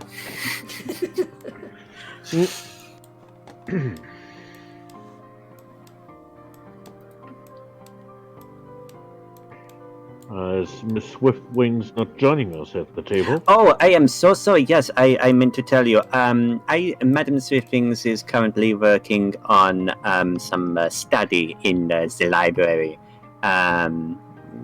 She wanted to, beef up her arcane ability and all that. And, there are one or two interesting tomes in there that might be of use for her. Would that count as a deception check? Because Ryster would be questioning it, yes. Well, With a As long as 14 it beats insight. 14. If you want to roll a deception to try and hide the full truth, go ahead. Okay. Would it be with advantage because it wasn't technically a lie? Sure, go ahead. Okay, you are very kind. Throwing me under the bus here. As usual, Reister, Zulu is not telling you the full truth. What else is new? Alright then. You can see that his eyebrow is up. He's not trying to dig too far right now. Mm-hmm. When you arrived, I was just going to check out the wine rack over here, and he points over to the wine rack. Oh shit! I didn't even see the vine. Let's take I want to have a quick look. Okay. What are you looking for? He's actually looking for anything from his family. Roll investigation. And I'm actually looking for where the wines are all from. So, You want to do the same, Reister? Alright. Reister, Yep. you've seen a number of these brands whenever you were around Waterdeep. Elaine, there are 2 bottles from your family vineyard here. Bloody hell! Elaine just quickly grabs one of the bottles. This is one of my, Everything alright? this is one of my grandfather's. You only have it. What? My family owned back in Galaba. They owned vineyards, and this was one of the last vintages my grandfather was responsible for. Huh. Well, may we have a taste? Of course.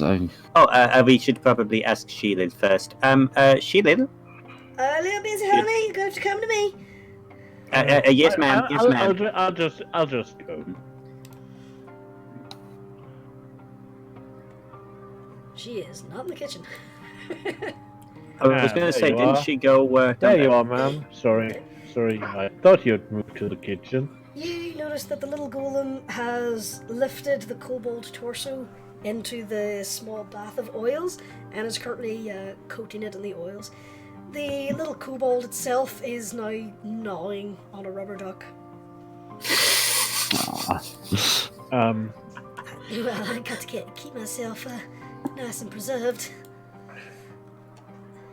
Of course. Ma'am, I would like to know if it were okay if we open from wine rack. Oh yeah, sure, go ahead. He doesn't really drink that much. Thank you very much. And he does the most polite bow that you've ever seen from him. I don't. He doesn't want to get on her bad side. You're looking like me, so you haven't seen anyone bathe in a half-dead kobold before. To be honest, I have not. Honey, I was beating you. No, never mind. She. I mean, technically, it's not a half-dead kobold; it's half a dead kobold. That's what I tried to say. half but my voice a did not half work. dead kobold. Well, How do you wake up dead? Let's find out. Well, she said it were okay. Yeah, Elaine nods, finds some goblets, and just brings them over. Opens it up and starts pouring out.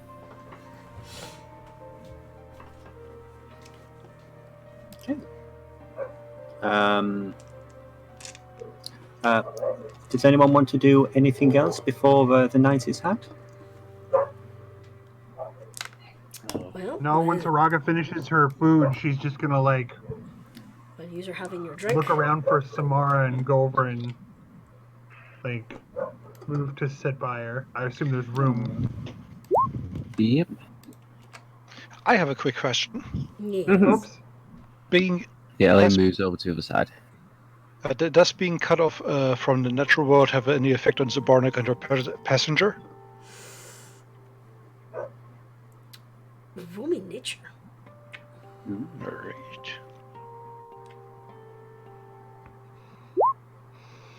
Okay. Your little passenger, the leaf seems to droop ever so slightly, but you have a feeling it has nothing to do with the fact that you've stepped into a pocket dimension. Interesting. Can I roll Arcana on that, Bill? Maybe? Sure. No, probably not. You're not entirely sure. Hmm. And again, there's a really delicious bit of rocket lettuce right in front of you. Yeah, I think Zabornik is gonna imbibe some more water in any case. Okay, so while you are doing that, AC, would you like to roll me an investigation for that search?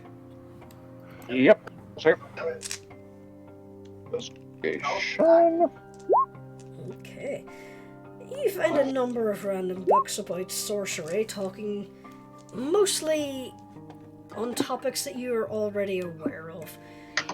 The differences between a wizard, a sorcerer, how the sorcerer gets their power from a bloodline, whereas wizards get theirs from meticulous study.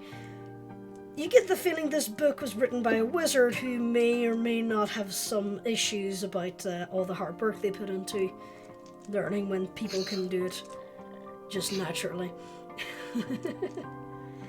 Other than that, you don't really find much beyond that.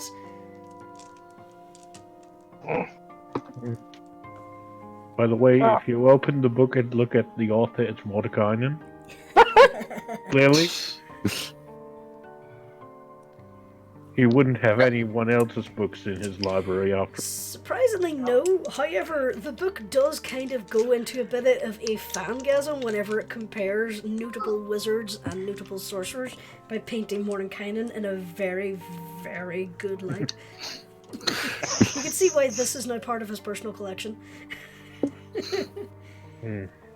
Bessie rolls her eyes and thinks, starts to move her arm back to throw it behind her, but she thinks better and just puts it back on the shelf.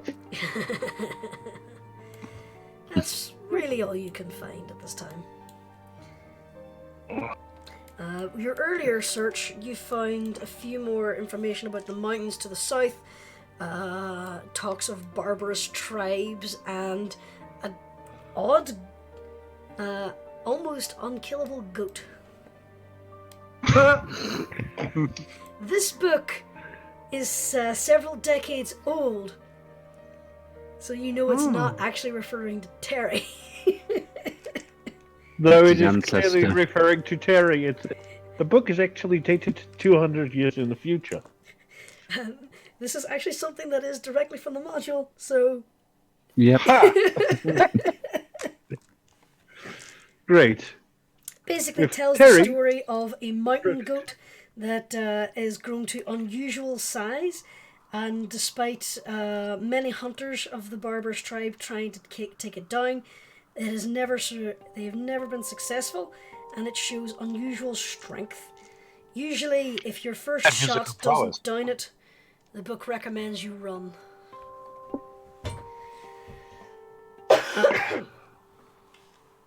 She's gonna take that book and That mountain goat is now informed of us because of Terry. And Barry. And Jerry. Mm-hmm. Illustrious ancestor. Yeah. I swear to God, if there are more goats that these gods tried to make to kill Strahd, and I find out that I'm 5th or 6th left string. No, there is another. Oh, dare think in the hundreds. Seriously, Jacques, what is it with you and offering power to goats? Hell, there was that one time I gave it to the squirrel. It was hilarious. You're supposed to be dark, eldritch beings. And what Not the better oldest of the way menagerie. to mess with the mortals than by giving dark powers to small woodland critters? It was funny when that wolf ate the squirrel and then suddenly exploded, and the squirrel was just fine. Also, Squirrels who was are the one ugly. who offered it to Strahd. Anyway, so was there anything else you wanted to look up? No, she's gonna take the book about the mountain back and study it further, seeing if she can find any more information about this goat and weaknesses it may or may not have. Mostly at this stage now, it's pretty much folk tales about just an abnormally large goat. There's rumors of it controlling storms, but that's scoffed at a few chapters later. There's talk of it having a thick, impossible to pierce hide, but again, there's contradicting stories saying that it bleeds diamonds. It just seems that the more you read it, the more you're not entirely sure this thing actually exists. Well, given this world, I have that thought, but I also think, yeah, this just might be true. So she starts looking again for a name, see if this thing has a name, and then looking to see if there are any books on that name. On the goat? Yeah. Alright, give me a sec, I'll quickly I have to open up the... You actually had to pull out the book, oh no! Yeah, because I forgot to open it. Give me a moment.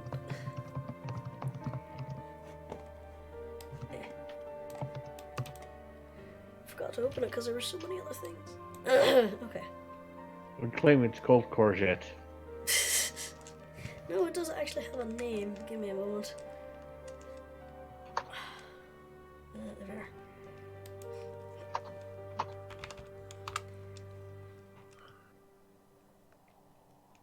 At least Okay. it's not a 3 out tour. The goat is known as Bloodthorn, or in the Berserker tongue, Sangzor. Alright. Then that is what she's going to look for, both of them. Okay, roll me another Investigation. investigation check. Okay. There's you, D&D gods! You find a children's book.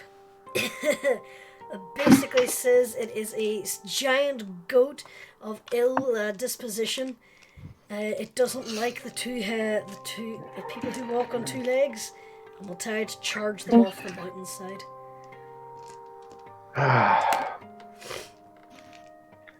Can I roll another investigation check after I find At this that? stage now, you would have been searching the library for several hours.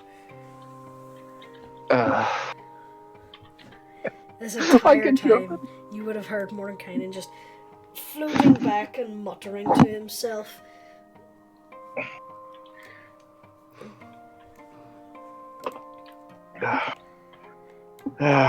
Eventually, well, and I say eventually, she would kind of give up for the moment, put what book she had back, and head out.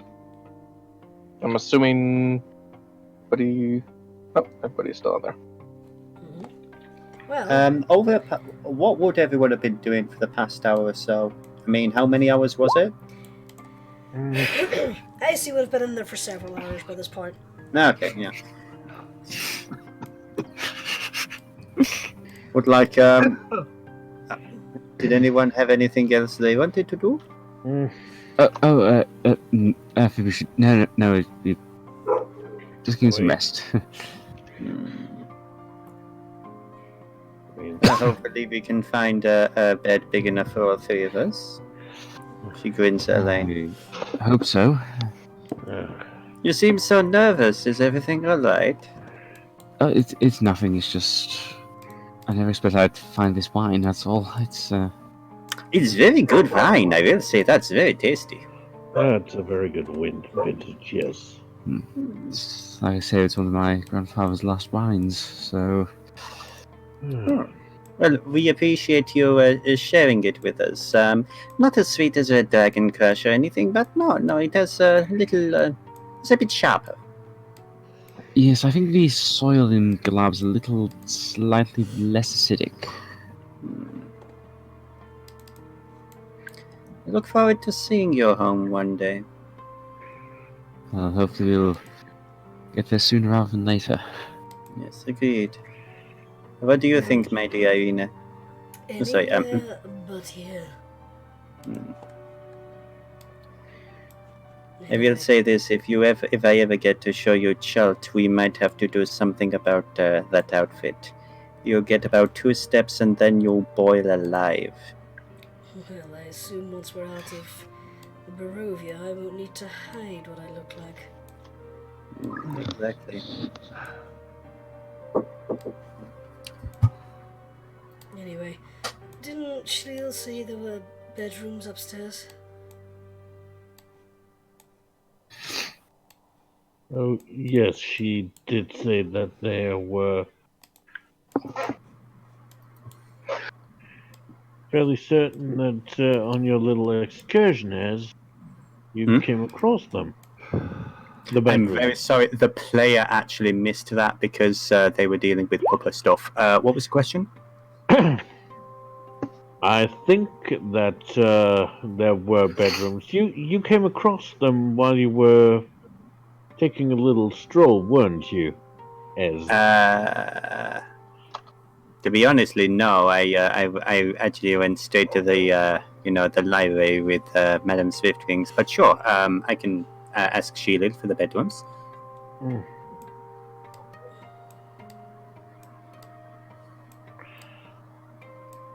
And Des will follow Arena. Lane will follow as well. I'm just walking around. Don't worry about me. Oh, all right, my dear. As she's about to go up in this direction, she'll just turn back and says, "Leave the kobold alone, okay?" To Haraga? Yes. Yes, don't touch anything. But and then she suddenly realizes and says, I touch food. I touch food. That's okay, right? Food is okay.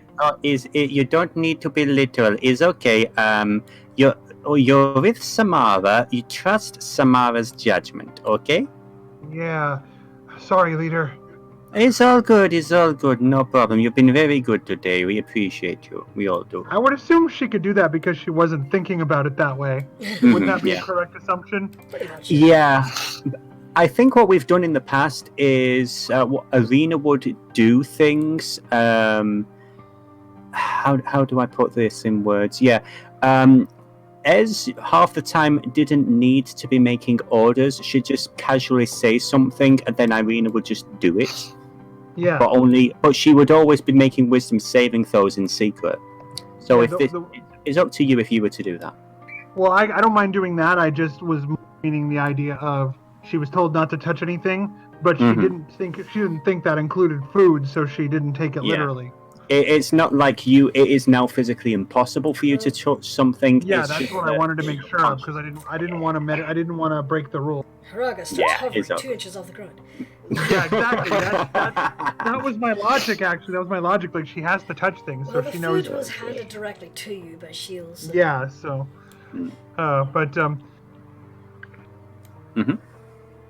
So yeah, thank you for confirming how I was playing it. I didn't want to make... It's all good. But yeah, Ez just like knocks politely on the door to kitchen. Who's there?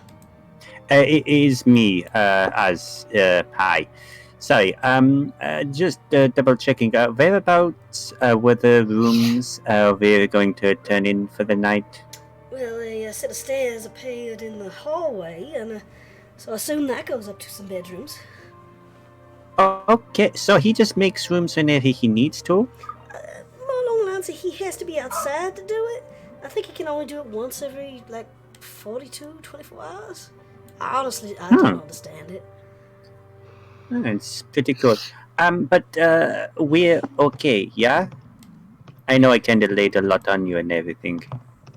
Honestly, honey, I'm still processing a lot of these things, but for what it's worth, I am glad you're alive.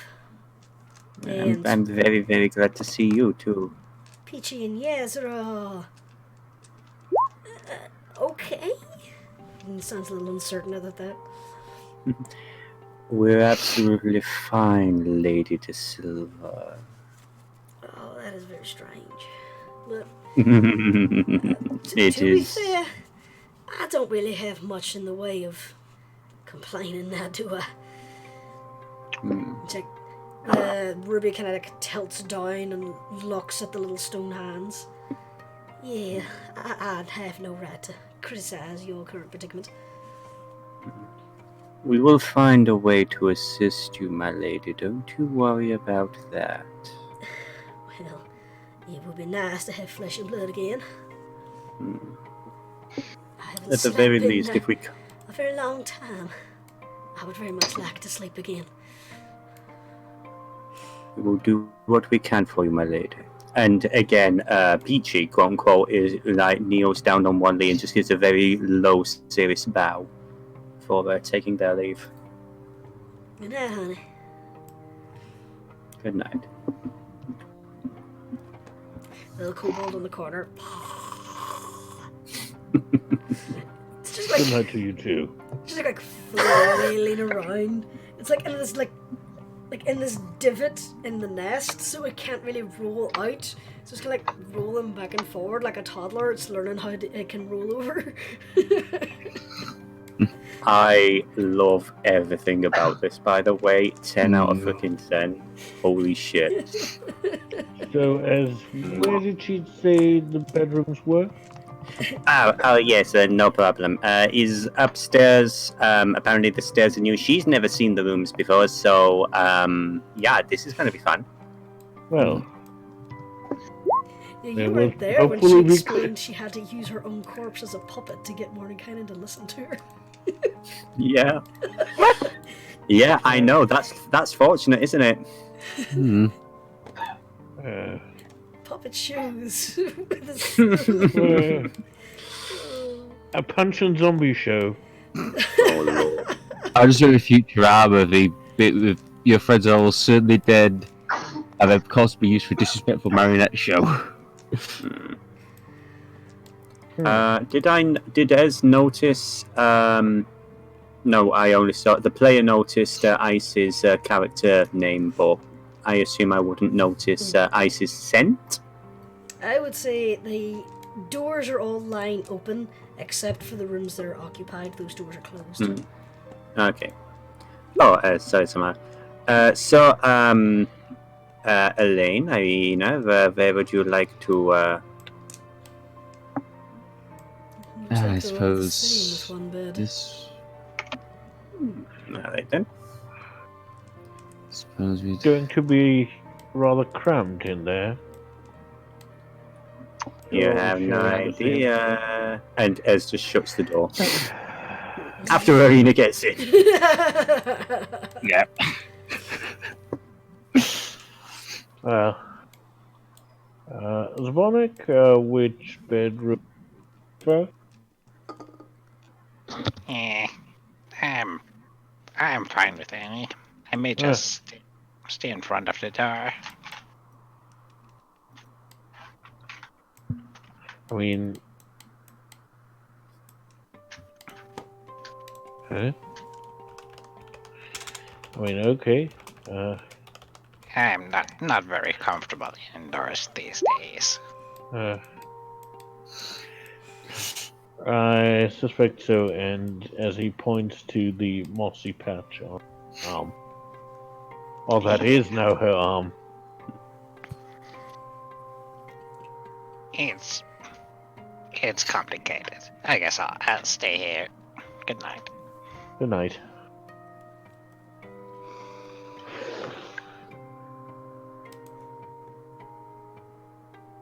Wasn't that fun? Are you alright there, Talander?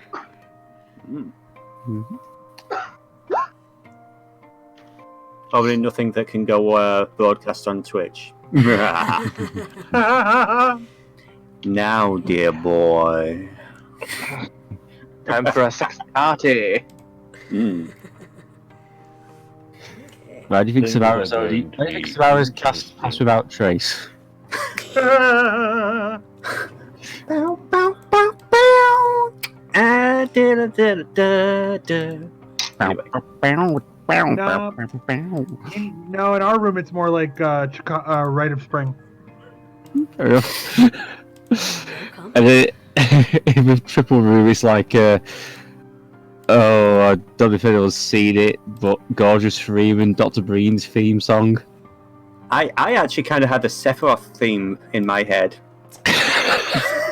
Whereas in Rise to Talanda 3, Either that or all around me are familiar faces. I was Nah. thinking for Ricer's Room more the Kirby Enthusiasm theme. Don't mind me, I'm just scrabbling to get a map ready, so talk amongst yourselves. Okay. Several of the characters can talk among themselves. Yeah, that's true. yeah, That is true. That is true.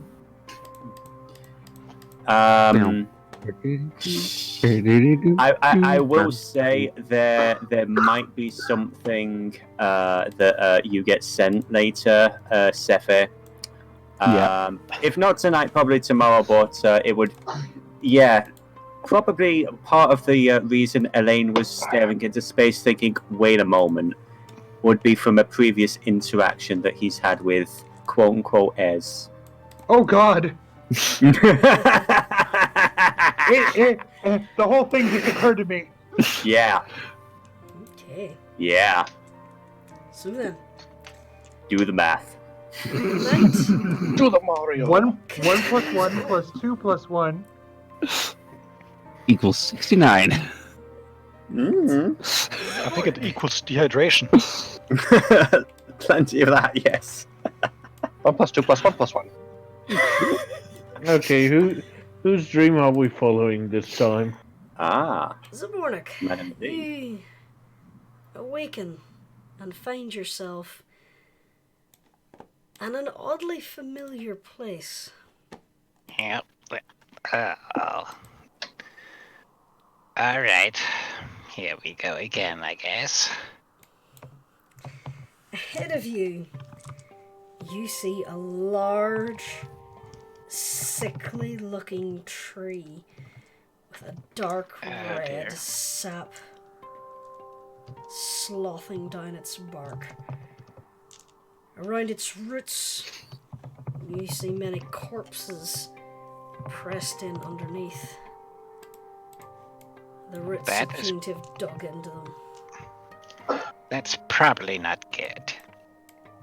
As you get closer, you almost feel the roots of your little companion shivering.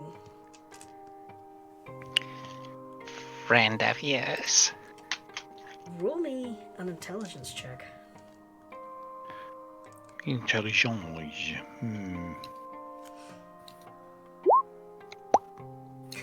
You've been here before. It's the corrupted tree that we killed, isn't it? Yep. You're on Yester Hill.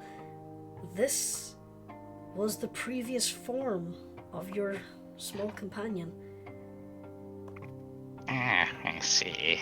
Corrupted and evil. So, buddy, why are you showing... Are you showing me this?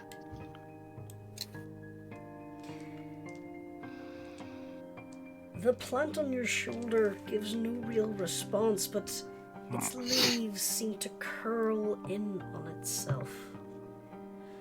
As you get closer to the tree, it retreats further and further.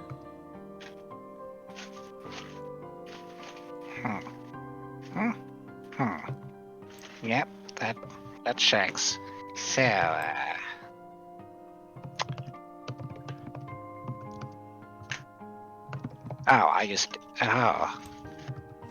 Quick question, does Zabornik feel ill in any way?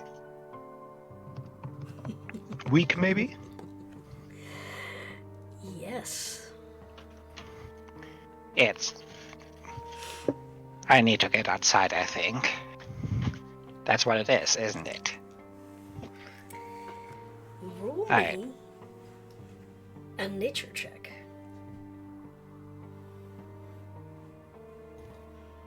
Oh, come on! This tree is made of tree. There's something about looking at this tree, at the absolute worst thing nature has to offer, something that thirsts for corruption, destruction, and death, that is kind of overriding your senses, and you just need to get away from it. Yeah. Creepy. As you reach those trees, you find yourself unable to step beyond them. Oh, that's A great. wall of brambles, tangled, sharp, wicked looking, that ooze with the same corrupted sap. Yeah. Okay, let me think. That corrupted tree. They eat corpse. Good tree eat soil. Good tree eat sunlight. Roll Would the me. DM allow? Go ahead. Sorry, go on. What were you gonna say? Would the DM allow the character to have the proper realization if the player is guessing right? Perhaps. You're not though. Roll me a quick Constitution saving throw. Okay. Constitution save. Okay. Your arm seems to sting, but it doesn't man. seem to offer you much help. As you look over, you notice the moss on your shell has turned brown and dry. Oh crap. The Oh bark yeah, I've been. on your skin has turned black, and it is starting to ooze that red sap. The tiny tree on your shoulder, its small leaves are now gone, and it is a gnarled twig with sharp thorns. Eh. A miniature replica of the evil tree before you. Okay, I think. Oh yeah, I've been holed up in a magical construct. Nature. But buddy, can we wake up and go outside? I think we should go outside. I'm pretty sure we should go outside. Can we? This is. This is. Yeah. Yes. Can we? Yes. Please. As you're starting to panic, you feel a pain in your shoulder as you feel the roots of your little Oh, no. passenger dig into your body. Yeah. It cuts down through your shell, over your body, through your feet, and starts digging down into the ground as the bark begins to envelop you. Yeah. Was it something I said? As a new yester tree begins to grow out of your shoulder. Not yet. The bark Aye. starts to compress around you, pinning your arms in place, the weight of the tree crushing down on you as it starts to close over your beak. Don't take As away. it finally closes over, you see nothing. You feel nothing except the weight of the tree, the crack and groan, as you start to feel the roots extend through your body, forcefully, painfully, and you awake back in the mansion. Okay. Any physical change? If you could sweat, you would be sweating. You still feel as though you're being compressed, but as you sit upright, that feeling goes away. You look over your shell, your body. The moss is still green. The bark is still its healthy brown. Your little tree friend is still just a few small, tiny sproutlings. But as you start to look over yourself, you tend to notice a few tendrils of moss are dry and brown at the very tips.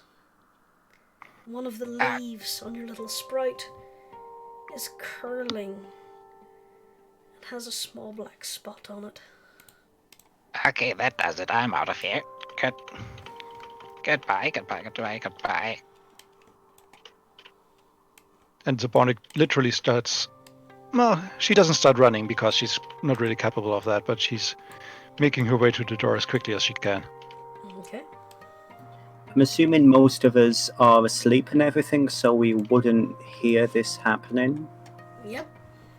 Okay. Okay. You step outside. The cool night air brushes over you, and you feel a small sigh of relief. As you back out in nature, you feel the dirt under your claws. Oh, that's better, isn't it? I knew I shouldn't have gone in there. Hate houses anyway. You sit down to get closer to the earth. You lean against a nearby tree. And you look over yourself again. And you look. And you see there's still the dry, brown tips on your moss. The dark, black spot on the leaf. By now, Timmy has clambered out of your bark and is now sitting on your shoulder. He's cupping the little blackened leaf in his hand, and he looks up to you with a little worried expression. I know. I've been careless. Need more soil. I need more sunlight. I could use some water. And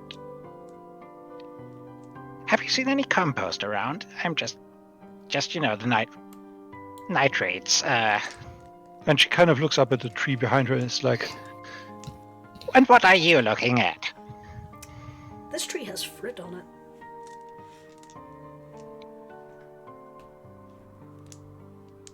Fruit, huh?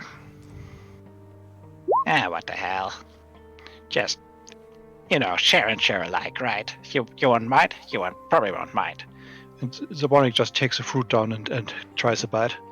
It's a little apple. It's not quite ripe yet, but it's perfectly edible.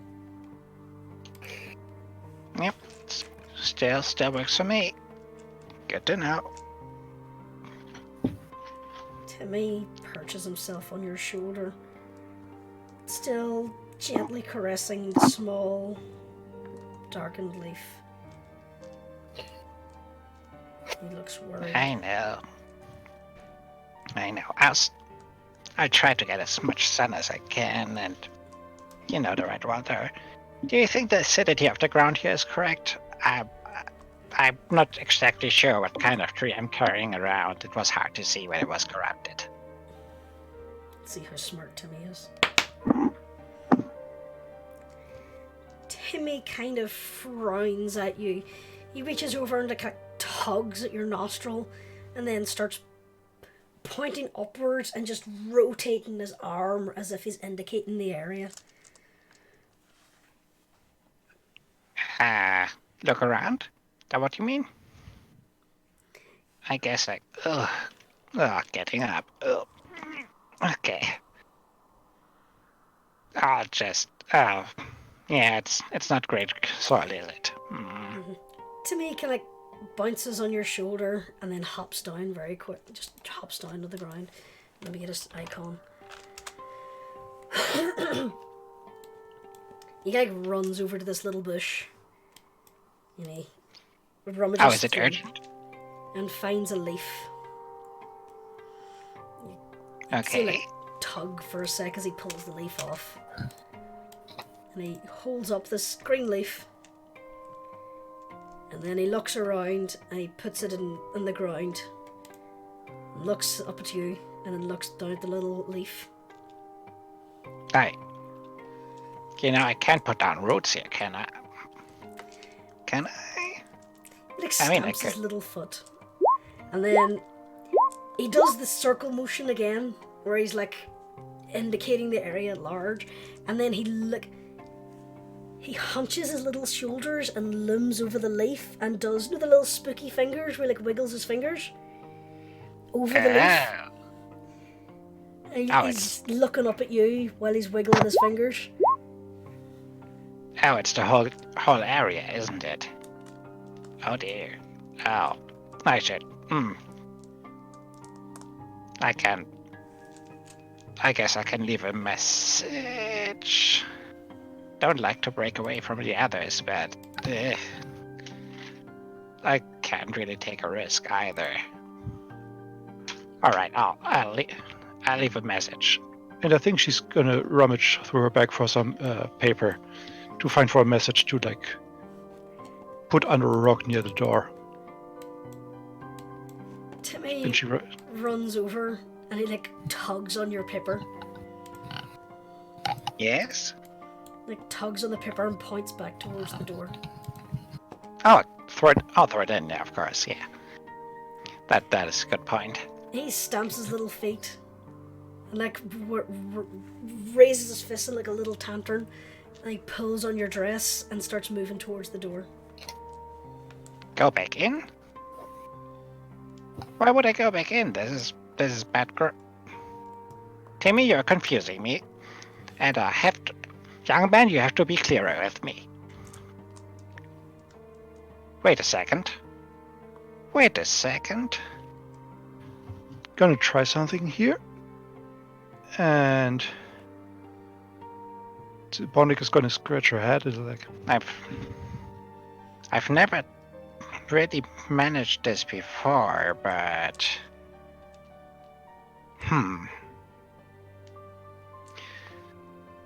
And she just concentrates, and it looks like she's trying to cast a spell, but it seems to come more from within this time. You can see the leaves shudder a little bit, and it's okay.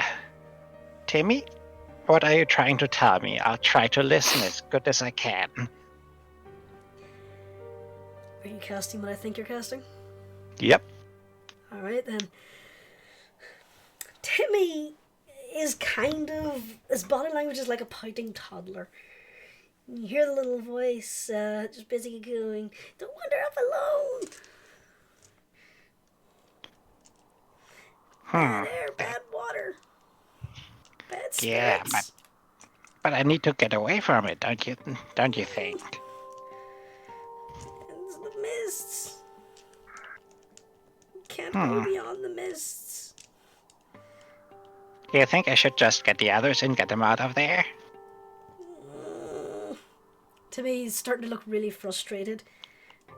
You're thinking too small. We need to get out of the country. Zabarnik is still thinking about it all. But I can't just.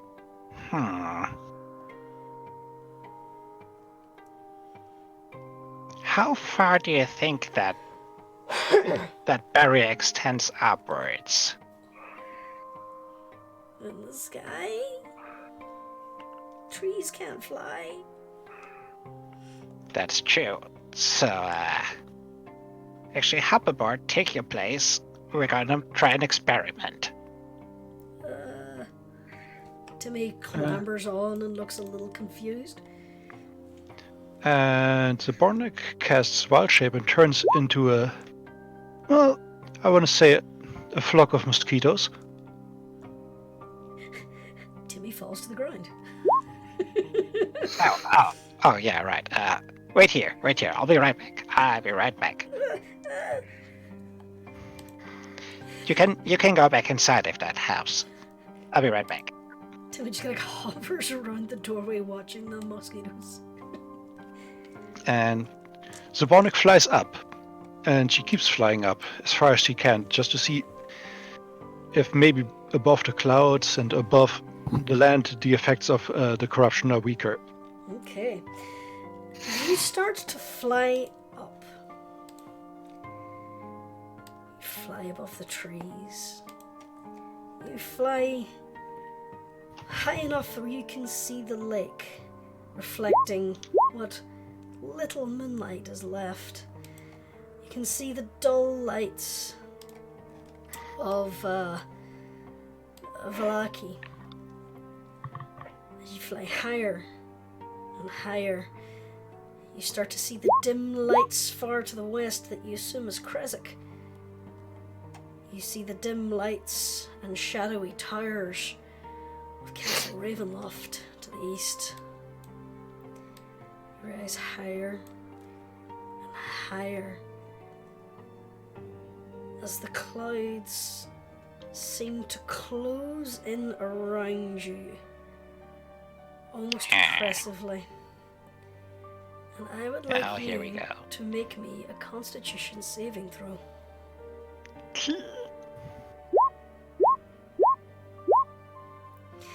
As you travel into the fog with your thousands of tiny bodies, you're suddenly hit as though going through the mist is a great effort.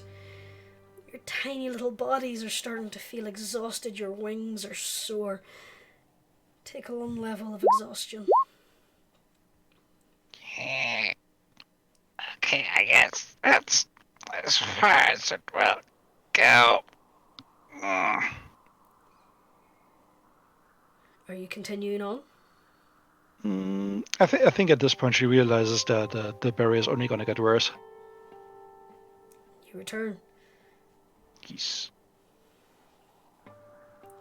Your little swarm goes back down through the mists. You can see the forest again, the light reflecting off the lake. Go back down into the trees. Make me a quick survival check to see if you can find the mansion. Oh yeah, I'm kind of far away, ain't I? The little door in the darkness. Survival. Okay. At first, as you look back down in the dense canopy of trees, you don't know where you came from. But then you recall, wait, there was a cliff. There was a rather large cliff. You scan the area with your many tiny little eyes, and you notice a series of cliffs slightly further to the north. As you down, you remember the apple trees, so you start scanning for apple trees, and you notice a small clump near a cliff face. You make a break for those. And as you get lower to the ground, you notice there's one apple tree that seems to be shaking insistently. As you see a tiny twig figure flailing on top of it. Ah, there you are. Yeah, I see you. I see you. I'm back. I'm just... At least I got a little bit of moisture from the cloud layer, but... Well, Timmy clambers down the tree and runs over toward you. Yeah, I'm happy to see you too, buddy. Sadly, the barrier kind of goes up as well, so... There's evil in the air. Oh, you can say that twice. There's evil in the air? Yes, thank you. That was very There's little. thunder in the sky. We're down about tonight. The elder tree is not the first time it's regrown. I see. This country is sick, broken. I always Yeah. thought it was the druids. But Yeah, no. I Us think druids it's are the strong, Smiths. but not this strong. But don't tell anybody that I'm not that strong. Anyway, Corruption will spread unless we take it away from this place. oh, trust me, I'm definitely planning on doing that. Just didn't know that I have such a strict time limit. Timmy clambers up onto your shoulder again as he looks at the leaf with the black spot. And then he pinches off the leaf and tears it off. Get going, buddy. Just, We'll have to watch.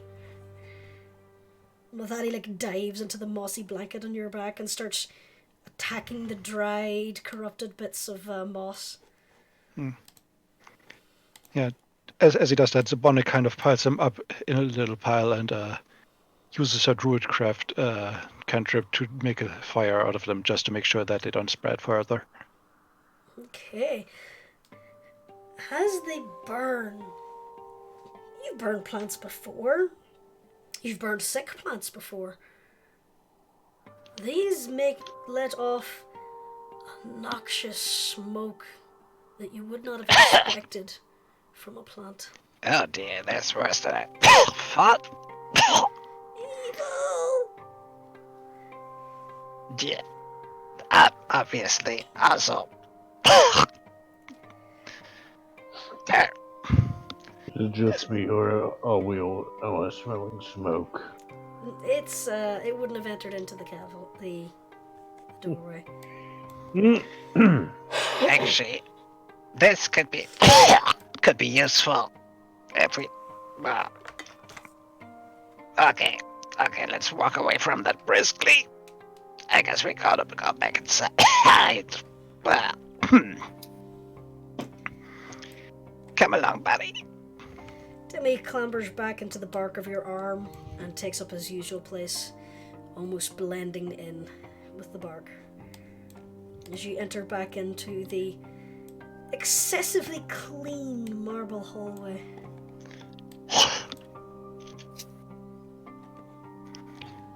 Well, I've learned some things tonight, and none of them are good. Mosquitoes can't carry twigs. Yes, that is one of the things I've learned, yeah. By the way, what time is it? Is this early morning? It is in the dark of the night when Zabornik did this.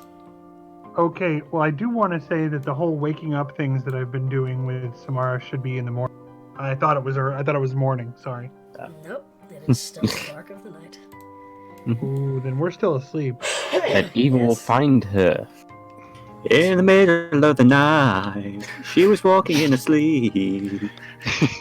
I think we've referenced two different songs there. Yep. I know. And Zabonic kind of sits down in a chair and makes sure that Timmy plugs off the rest of the dead and corrupted leaves and collects whatever is left in the bag, and then tries to get some more sleep. No, he did it all outside. Okay. But this is something she's going to be doing from time to time now. Just let Timmy go through her leaves and see if any of them are corrupted. And if they are, collect them in a bag. Fair enough. I will say though, I heard the song in the dark of the night before I saw the film, and I Yeah. was expecting dancing skeletons and little demons, and I saw I the was film just- and they got dancing dogs. I saw the film first, weirdly enough.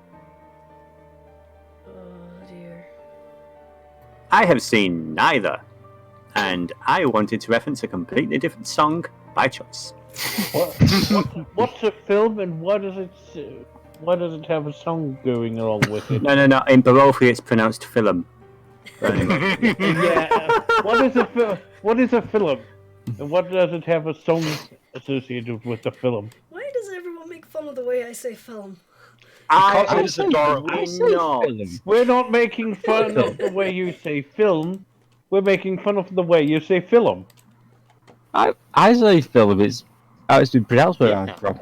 I actually like film as well. I think Yeah. it's a really interesting pronunciation. It ain't making fun. It Stand is. for Well, I am tempted to do a Tom Pollen impression. So, have I you just like to- seen this film?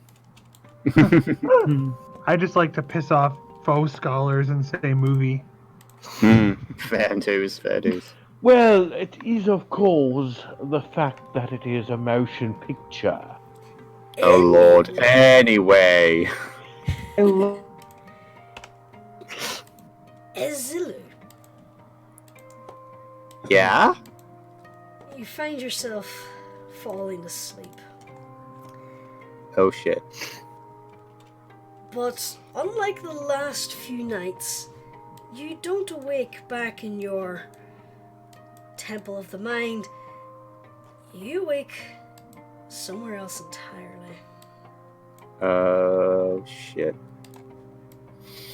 You find yourself in a mist-filled clearing. What the fuck? Oh, shit. You look above you, and the sky is clear with a bright full moon looking down at you. This is the first time Ez would have seen the moon in 3 years.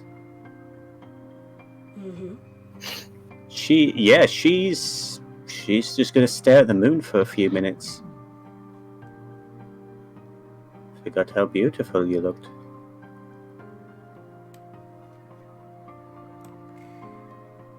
As you're watching the moon for a time, you hear the soft howling of a wolf nearby.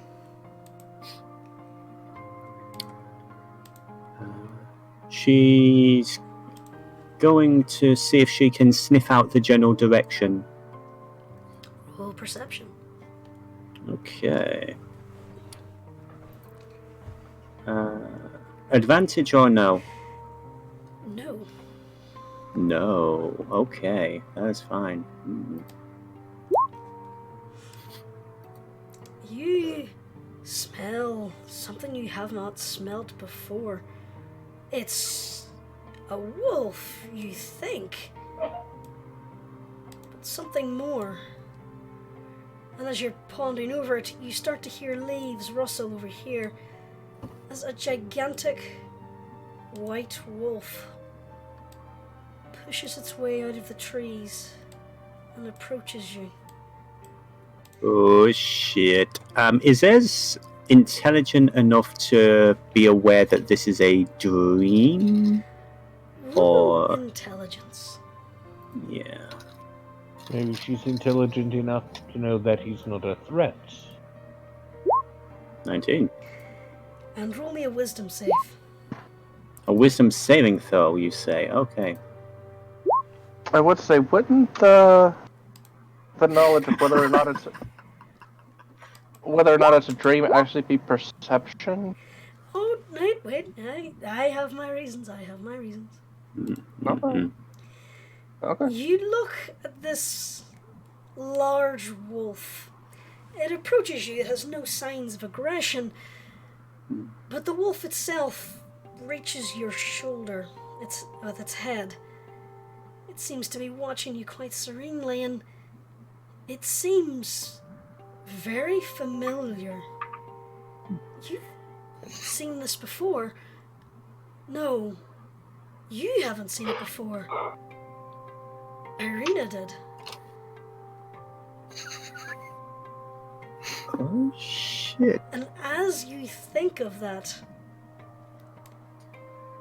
the mist starts to coalesce around you, forming a small haze here. As Irina looks around. Oh, this is a new one. Yeah, hi.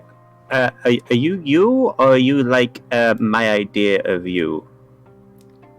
Well, we had just fallen asleep. I was expecting to go back to your... Oh. Hello again? Irina's now looking at the giant wolf. Who is this? Irina kind of looks at you and goes, It's Salune. Ez is instantly on her hands and knees, head down, the most elaborate... Yeah, basically just like, absolute... Yeah.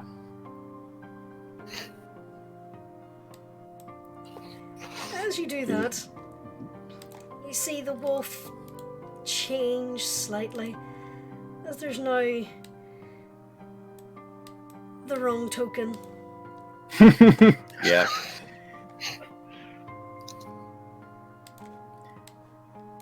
Why isn't it changing? You should be able to... There she is. Yeah, there she is.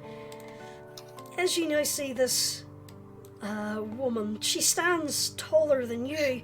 Her hair seems to blow as if in the wind. Her hair is catching the moonlight, but more so it's projecting the moonlight than reflecting it. Ez just stays low as possible, barely looking up, and with the absolute most respect possible. She's like, "Hi, Lady Salune. Great welcome. Thank you for finally getting to. Hi, how are you?" She looks at you with a slightly disappointed face. Sorry. Hi. Yeah. No. Greetings, great lady. As with hi, I am so sorry. I have no idea how to do this. I've wanted to speak to you for so long, but I'm fucking this up, aren't I? Ez kind of dresses herself down and gets up and everything, and looks to her aunt. Saloon lets out a slight chuckle. Yes, well, I've been trying to reach you for some time, but let's just say my sister's influence over you is still rather strong. What? Okay. A matter for Ez looks a another bit time. concerned. My strength is not what it should be in the lands of Barovia. My manifestations are short, so I must be to the point. Ez is just eagerly nodding, not saying a word. You are spreading my gift of lycanthropy. You are doing your best to train those how to control it. Unfortunately, you have gifted it to a person who would freely give themselves to the beast. And is in the process of doing so. Oh, and that's bad. Oh, shit. That is Right, exceptionally bad, yes. So sorry. Right, gotcha. Yeah, we'll course correct. Not a problem. We'll get right on that. Anything that you want me to do, you say the word. Not a problem. I am rather impressed with you, Devillo. I had thought we would have lost you to madness, but you seem to have regained your mind. I thought we had lost Irina to madness. We had, for a time. Irina just looks ashamed. But, surprisingly, you were the one to steer her back to sanity, whilst Elaine suffered his moment of weakness. I mean, it's... he had a rough time. I'll admit he was a bit of a dingus, but, hey, if there's no one else there to, pull the rope, then that's what you got to do, My point is, my time is short, and I must warn you. Mm-hmm. The deity Haraga poises herself too, is one of feral instinct. If you allow her to, she will become a beast, and she will attack indiscriminately. Right. Do not allow her to fall fully to the beast. Okay, I apologize for not realizing that was an issue. My full apologies. When you say the deity, you mean... I thought that she wasn't dealing with Maz and Malat anymore. Oh, well, or is this like more... That is a demon that still has its claws in her, yes. But there was a counterbalance to that contract. The spotted A dog. Deva. Oh. A So the Deva Deva is the thought- problem. Yes. This arrogant angel thought to save the tribe, but instead bound them to a feral animal spirit. This was once, ashamedly, one of my Deva. Ah. I mean, it's not your fault, you know. I mean, it's like you do the best with the people that you work with. Yeah, but yeah, I will take care of Haraga. Yeah, for both of us. She looks to Arena nervously. Yeah, we're on this. Yeah, you can trust us. Good. Sadly, my dear misguided angel thought to tame the beast by tethering it to a tribe of man. It did not work.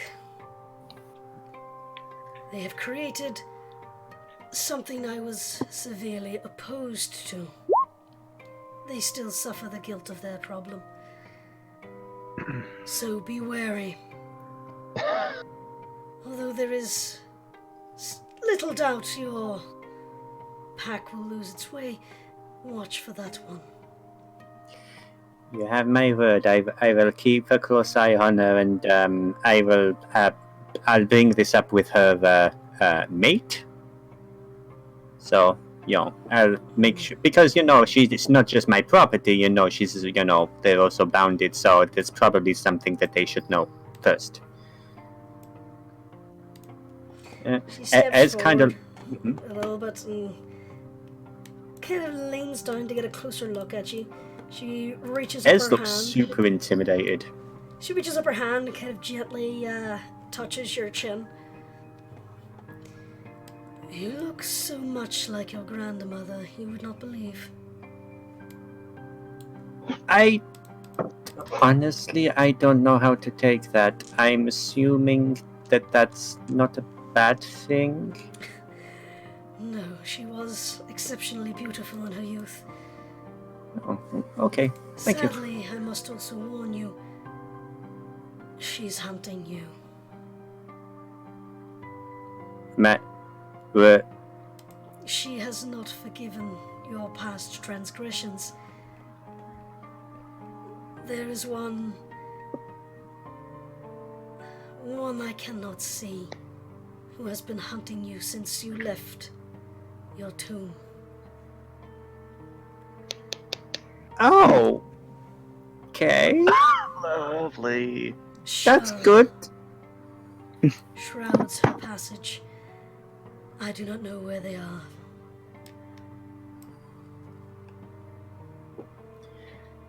I'm okay. That's. I mean, I guess they can't come in here for now. That's something. Oh, they can actually come in here, can they? I sadly cannot say for certain. As I say, Okay. my powers in Barovia are weak. David and now Dargos are slowly coming around. Dalgos is helping? David has been, for lack of a better word, prophesizing my writings. He's talked the poor boy's ear off as much as David can.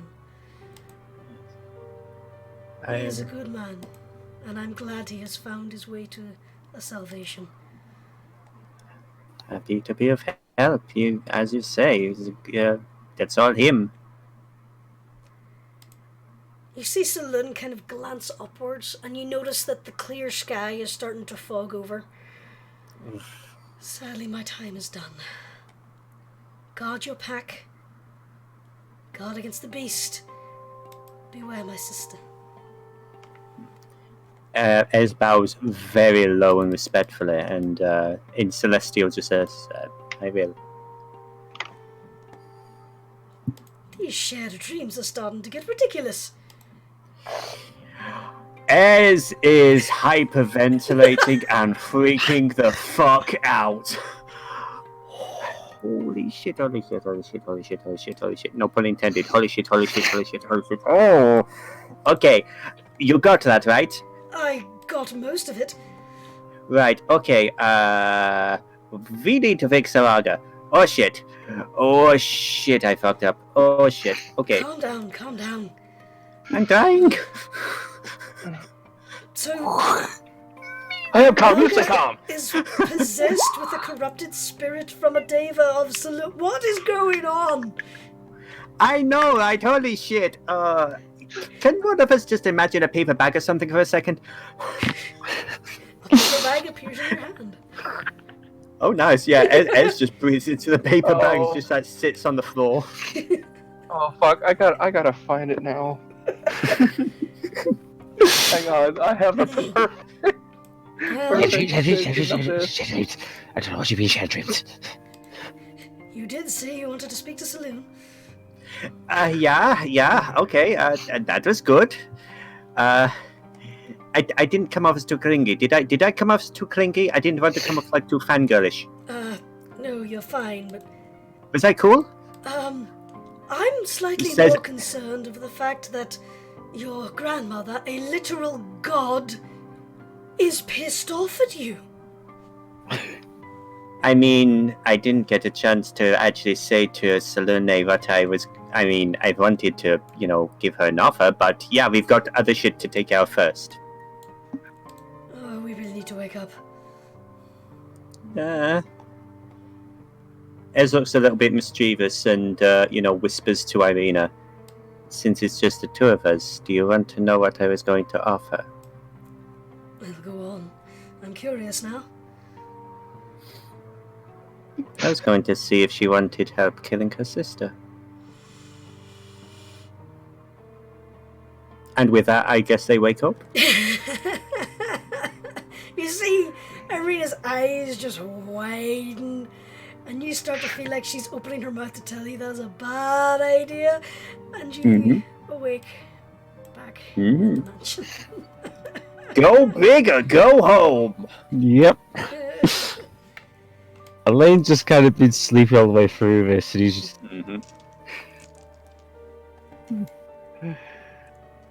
Anything to do with rabbits or bunnies or No, mice?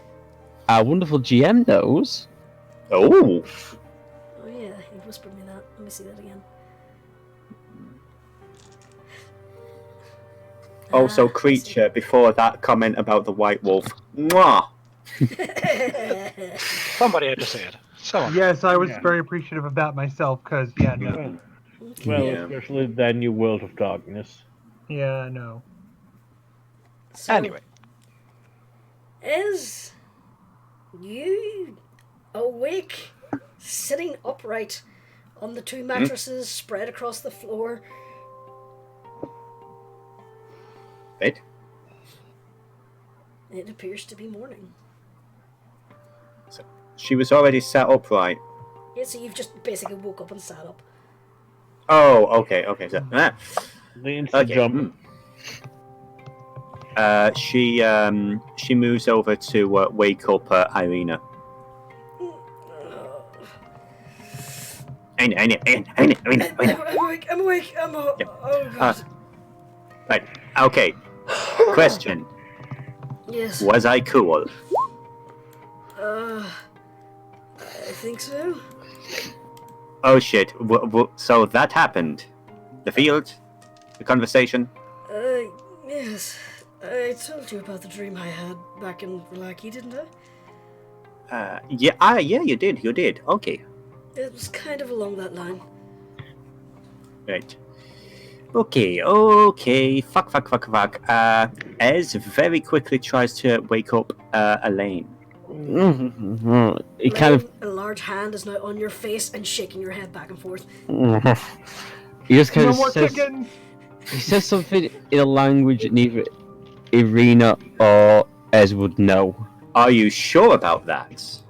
Because let's open this character sheet 1 second. Zilu. She speaks Celestial, Infernal, Draconic, Lycan, and Minotaur. No. Okay, cool. A common Oh. dialect of Galaba, I believe. Mm-hmm. Well, not Galapa, but it is a common dialect from the Scorpion Coast. Good morning. At least he about- doesn't speak Tradian. Nah, it's not Australian. Yeah, it's just not Yes, Australian. had a bit of a visit in her dreams. I think you might be interested. Okay, so Salone said hello. That was really cool. I was really cool. She's really impressed with me. She really loved all the work that we've been doing. Really loved the fact that, David and all that. But basically, we kind of fucked up with Haraga. I thought that her, being a beast and everything was a really good idea. She's the whole really comfortable with the whole animalistic nature, and that's really cool. But no, actually, that's actually her tied to a Deva, which was a former minion of Salone, and now the Deva is actually corrupting Haraga, and we really need to get Haraga to stop eating the whole flesh thing and being more of like a person instead of a beast, because otherwise then that's going to be a problem. And also Shah is coming to get me, but what else is fucking you? What did you dream about?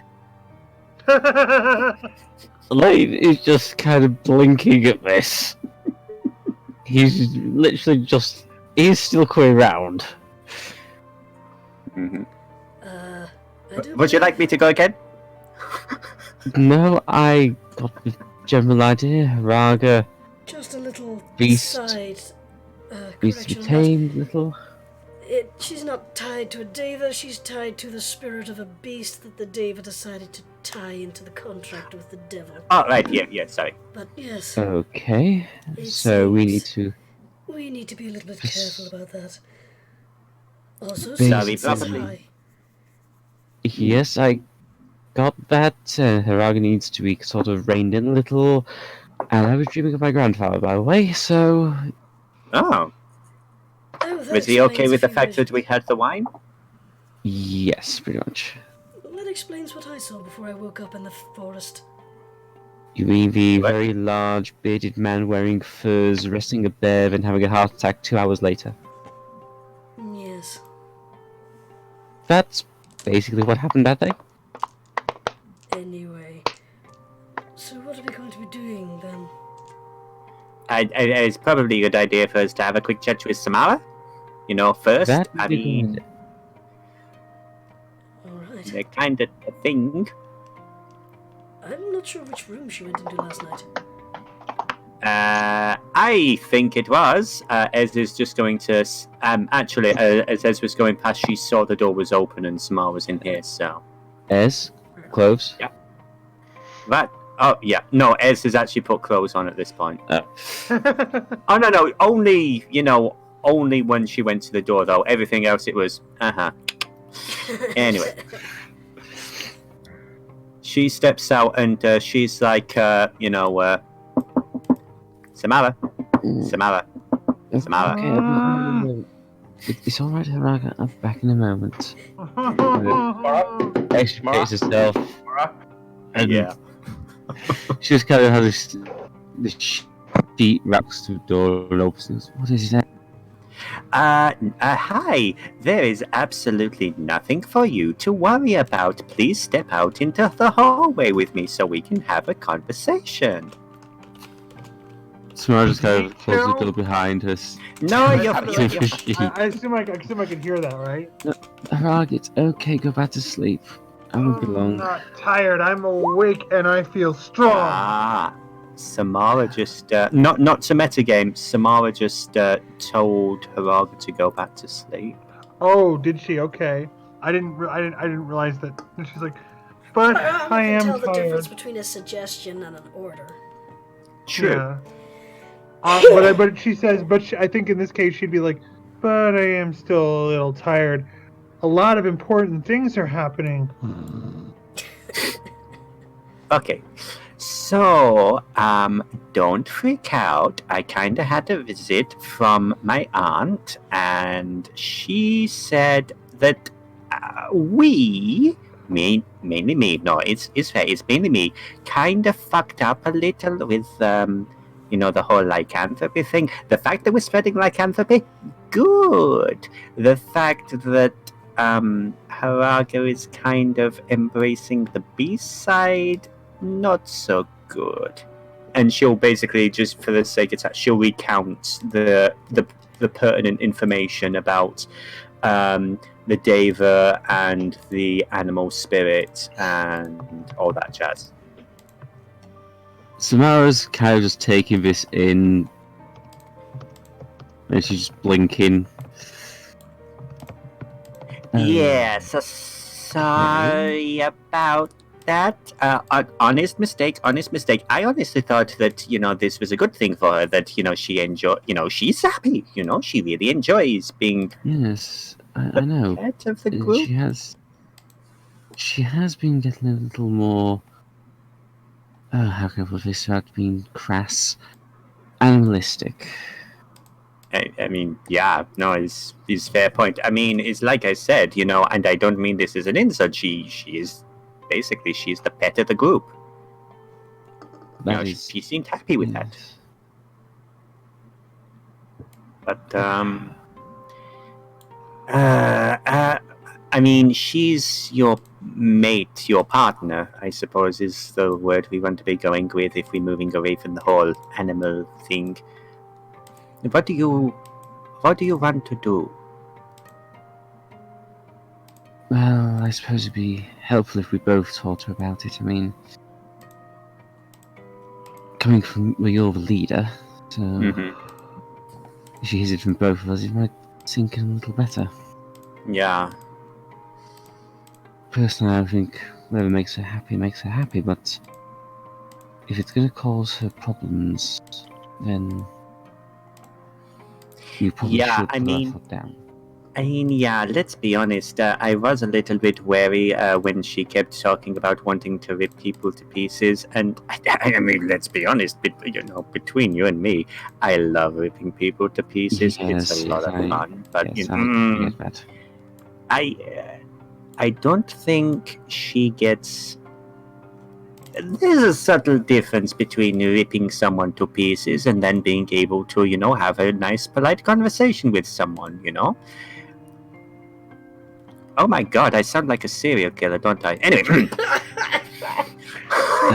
Well, you are a serial killer. As we both lived very long lives, we both killed a lot of people in our time. Yeah, that's true. Suddenly, an image flashes in the back of Izulu's mind of massacres in her name. Yeah, we've killed a few people. Yeah. She glances a bit at Samara as she thinks of the massive, basically half a country she butchered. Yeah.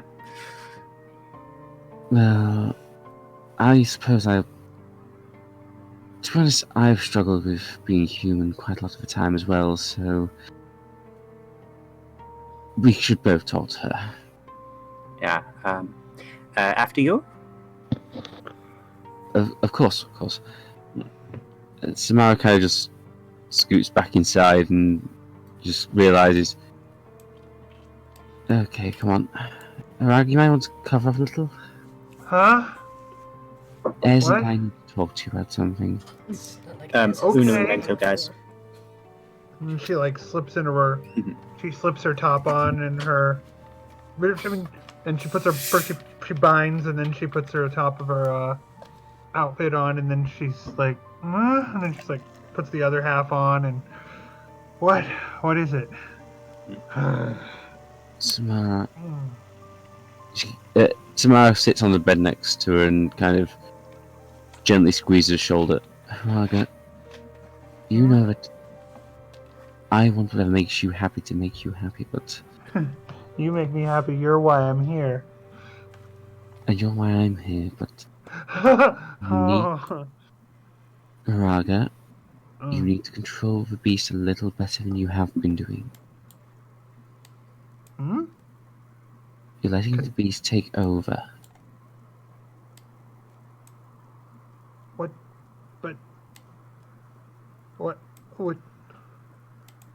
Haraga's blinking and doesn't seem to understand.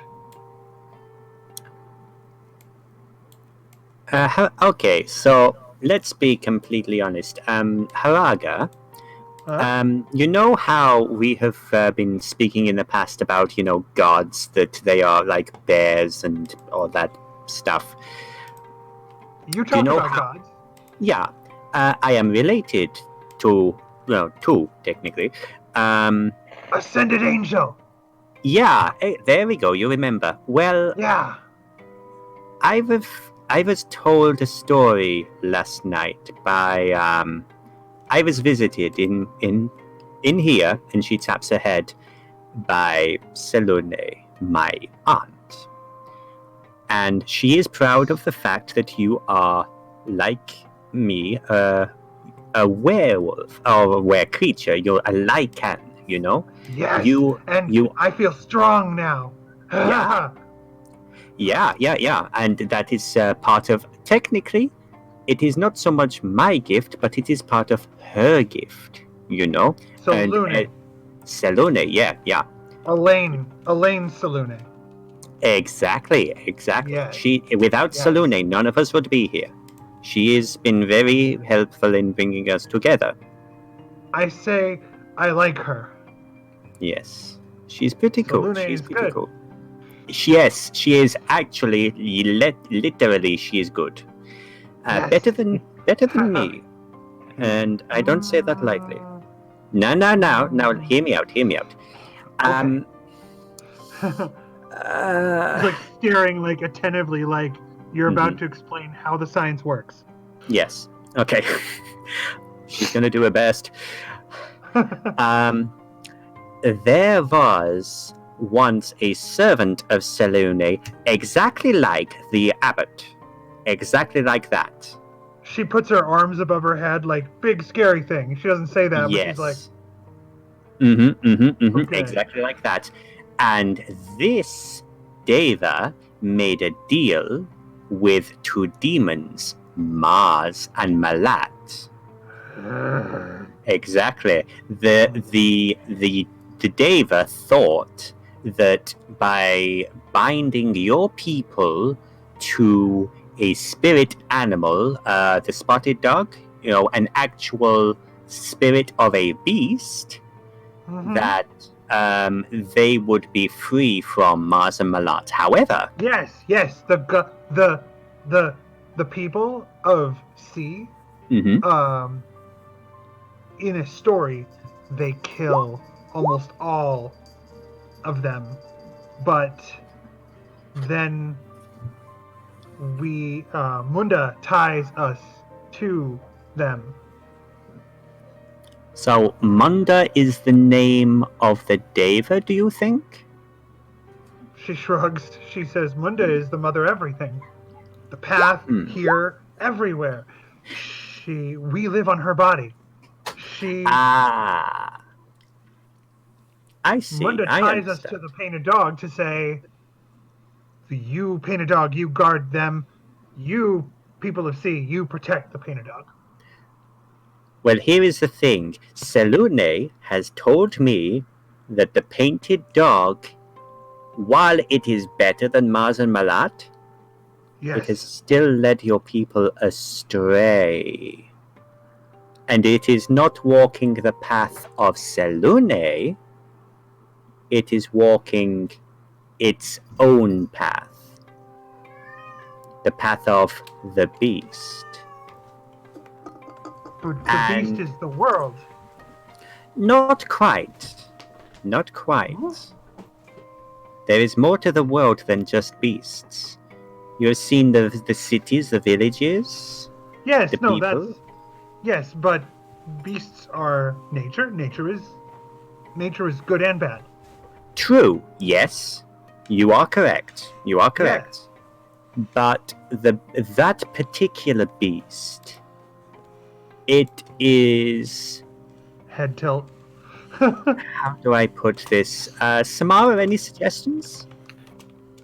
Samara kind of thinks for a moment and allows her face to go back to her vampiric look and looks to Haraga in the eye and just goes, Haraga, this is how I've always seen myself. Ever since I lost Laura, I've felt I was nothing more than a monster. And since meeting you, being with you, My devotees are idiots. Samara kind of restores her face back to how it usually looks after as he says this. While I've been with you, What's going on here? You've made me realise You wouldn't be able to it's hear the rest. my human side that's more powerful. I may be a half vampire, but I'm half human. And that's the half I need to concentrate on. Because that's the half that you fell in love with. Yeah, she's absolutely right. You're I'm in not love with just all a of you. beast. I'm in love with all of you. Except Ryster. No, she didn't mean anything about Reister. She meant all of the parts of Samara. But what I mean, yeah. Haraga, is as much as I fell in love with the beast in you, I also fell in love with the human as well. All I'm saying is, don't just define yourself as the beast. I'm not very good at this, am I? But for my sake, You don't want part of me to go. Exactly. Yes. You get it.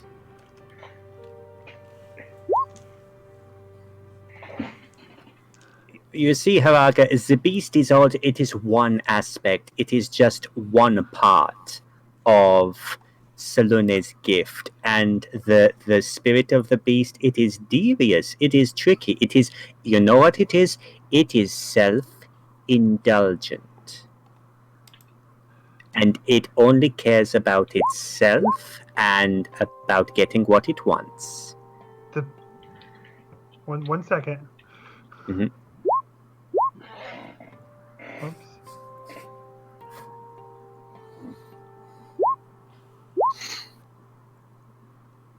The beast doesn't care what happens to us. Exactly. But you, Haraga, do you care? She reaches over silently and wraps her arms tight around Samara with this look of fear. Exactly. So who is stronger? Does the beast control you? Or, like I said, when I first did this ritual for you, do you control the beast? Have you tamed the beast?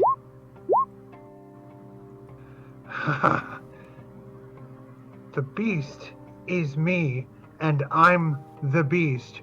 But I'm also me. Yes.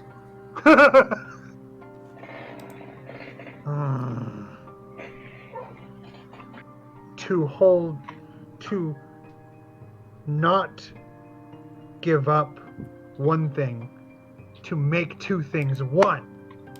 Exactly that. Yes. Quick question. Would there be anything that Ez can roll to see whether or not she's actually doing the right thing, or if she's just making it so much worse? You could roll an insight to see whether or not Haraga is understanding what you're trying to say. Okay. That's an insight check. Boop. 22. Well, do you want me to just lay out what Haraga Haraga... Sorry, go ahead. From the explanation you're giving her, that there's something wrong about the way she's going around things. Maybe she'll need a little while to think on this, but you're pretty sure you've got through to her for now. You just need to keep an eye on it. That'll, just some time for the barbarian to parse. Yeah. But Haraga. The next thing Haraga... Sorry, go ahead. No. After you. Haraga was going to say very quietly and says, "So what do I do, Leader Ez? What things are okay? What things are not okay? How am I supposed to know? Did Saluni tell you? Did you ask?" Ez steps forward, actually gets on her knees and holds Haraga's other hand. Well, for the time being, I want you to trust us, listen to us. I do. I know you do. I fully confess I kind of made a bit of a mistake, and I kind of led you down the wrong path, and I apologize. Which for part? that. Which part? Honestly, the whole it's okay to just be the beast and to also just eat people and everything, and it's probably even when they're bad people is complicated. Basically, But I Huh? know. Huh? I'm confused too. I really enjoy killing people, but I like we're eating going- people. uh, It's That's the sort of here, thing but we kind of and- want to and- avoid, Haraga. Huh? But only bad people or the dead who move, because then they're gone and the world is better. I mean, you're absolutely correct there. That the dead who move are the enemy, and people who follow the dead that move and people who are helping Strahd are the enemy. I suppose the difference is sending a message to them, saying like, we are strong and this is what happens if you step out of line, or just, there is food, eat, nom nom nom nom nom. Do you know what I mean? One of them requires thinking, strategy, cunning. So it's okay to eat people to scare the other people. My instinct says yes. I don't wanna- However, Yeah, I don't want to stop that part. Salune says that's okay, right? No, Haraga, no. probably not. No more eating people. Ez just turns and points to Samara. Your mate has spoken, and you know what? Yes. I trust her. I trust her. Yes, I do what you say, Samara. This is confusing. It is. It really is. I know, right? But we will figure it out together. Please, Because Haraga, you know what? It's okay to make mistakes as long as you learn from them. this Can I point, ask her what's okay? Samara just gently strokes Haraga's cheek and just goes, Haraga, you know what my mother was. You've seen me drink blood. Haraga's shoulders slump and she leans into Samara.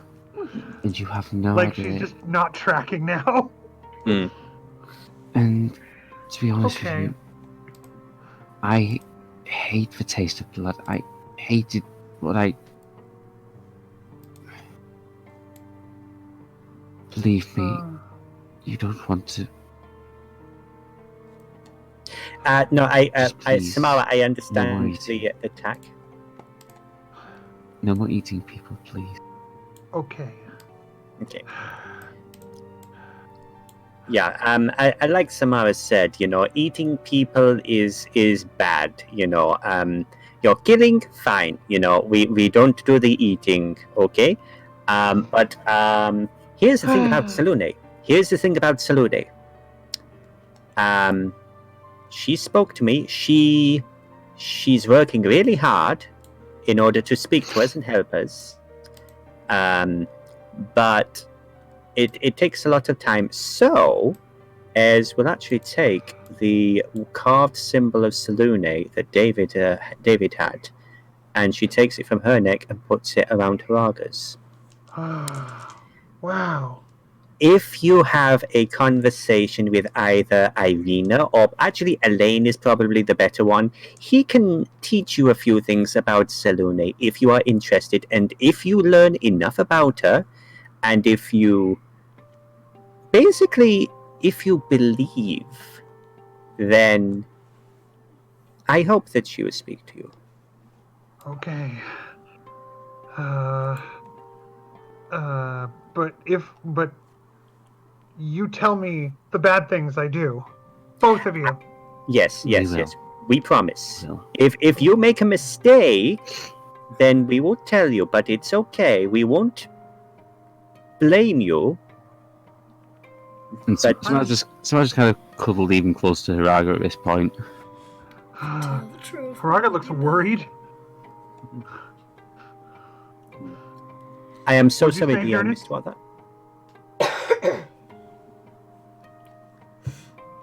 What'd you say, Jurnis? I said, if you tell the truth, we won't be mad. Yeah, Oh, exactly. There you go. Yeah, that's the basic At thing. least not for long. I think I understand. And I'm a better person now. I am not the beast. I am... But it's... This is hard. But... This is confusing. And Believe nods her me, head I and goes, understand. I hope she tells you what's okay and what's not. I don't... she's not taking it away. No, hey, Harage is fine. Salone's gift is not lightly taken. You would have to... She would only take it away if you were evil. Never. You're not evil. No. You're good. You're a good person. Very good. Yes. Yes, you are. You're so good. She does the little, unconsciously does, like the behind the ear thing. Yeah. Sorry, no. But yeah, just trust us. That's still allowed, right? No, she looks to Samar. That's still allowed, yeah? Definitely. Oh, good. Well, there we go then. Okay. I am very confused. Welcome to being a person. I hope she tells me. She squeezes the symbol and says, I hope she tells me. I hope so too, my dear. Okay. Is anyone else hungry? I'm pretty fucking hungry. Samara? What am I allowed to eat? What was your favorite food before the transformation? I don't know. Meat? What was your favorite kind of meat? How did you like it prepared? Raw and No. Sorry. Pink? Okay, we'll do it rare then. We'll baby steps.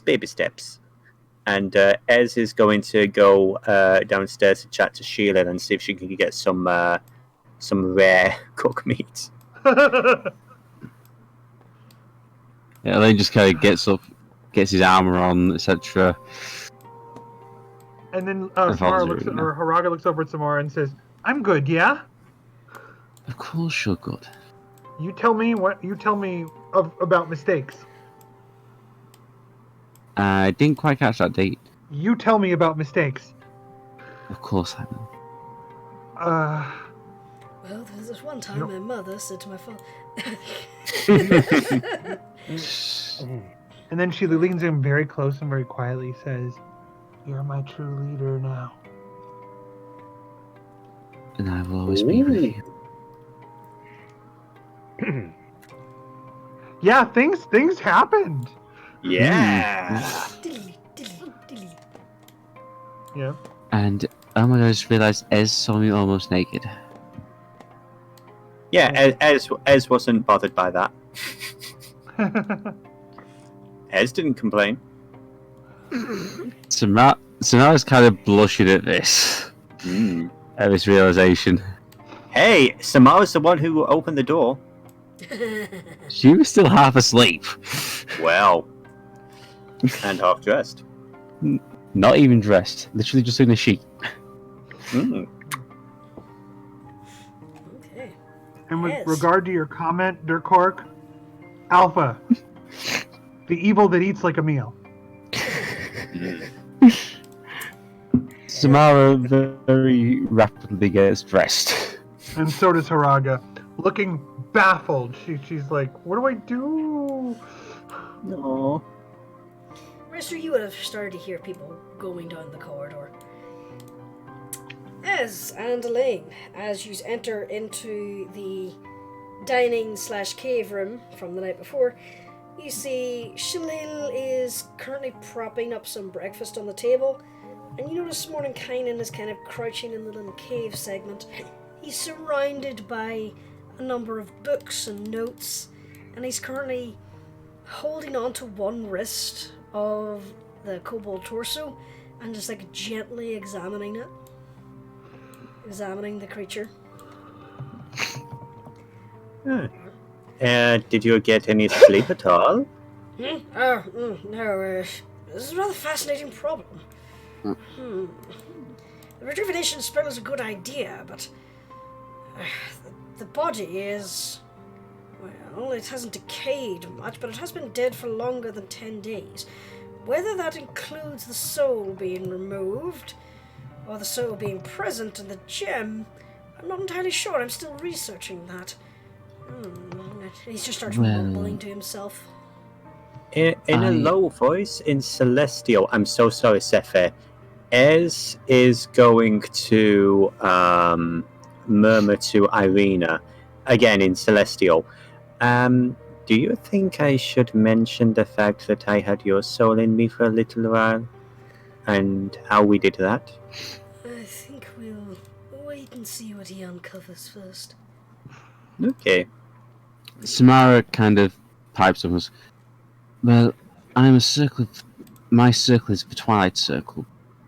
I specialize in necrotic energies. Perhaps I could help. Perhaps.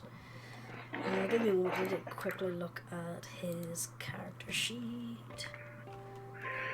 Because I am organized.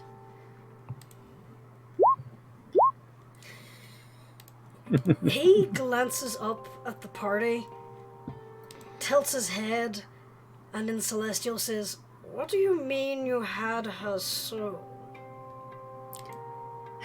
Oh, okay. First of all, hi. My name is Ezulu. Originally, it was Anzilu, is ancient Shelton for abomination. My mother was an Asimar of Shah. My aunt, so technically, is the goddess Selune. And then, for hell of it, she's just gonna go on a lore dump, as we've been doing to all these poor NPCs, because there's so much that's been happening in the year we've been playing this game. She's basically gonna go down the basic bullet points of what she is. She's a fallen Asimar, or at least she was a fallen Asimar of Shah. The whole thing with the mother, and what basically anything that's relevant to Irina. Not exactly why Strahd is after her, none of that. But she is going to go into detail the fact that she was killed by Strahd, and Ez basically was able to siphon the soul, keep it in place, and then she also probably brings out Peachy and Yastra for examples. Haraga hearing this finally seems to... Fascinating. Thank you. And you believe it was your divine blood that led Nodding you her to head. do this? He's like basically now leaning over you, and he's got like this notepad and a quill, and he's writing away. How tall is he? I mean, Ez is like, we're nearly 7-8 feet now. She's almost as tall as Haraga. He is just over 5.5 feet. So he's like, Yeah. kind of like at your chin. Okay. What was his question? I'm so sorry. Do you think it is your divine blood that allows you to do this?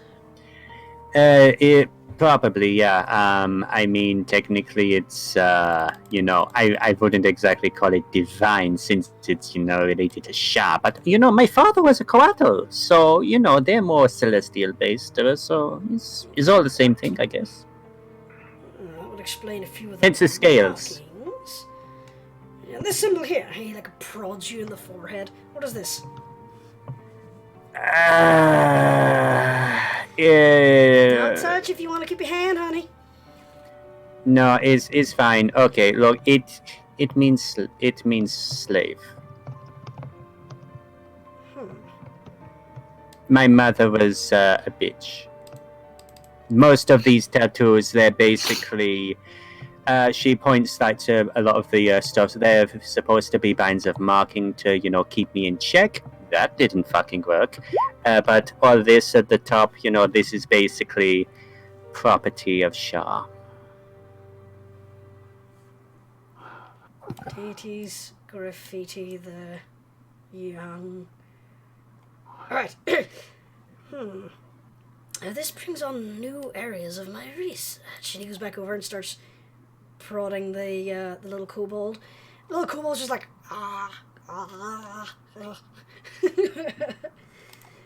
Elaine's kind of looking over his own scars at this point. Ez just goes down to the table and starts eating. She's not happy. Haraga walks over to stand in front of the kobold and says, "I am one. I don't eat you." And then she walks away. Thank you. I think. Ryster just blinks.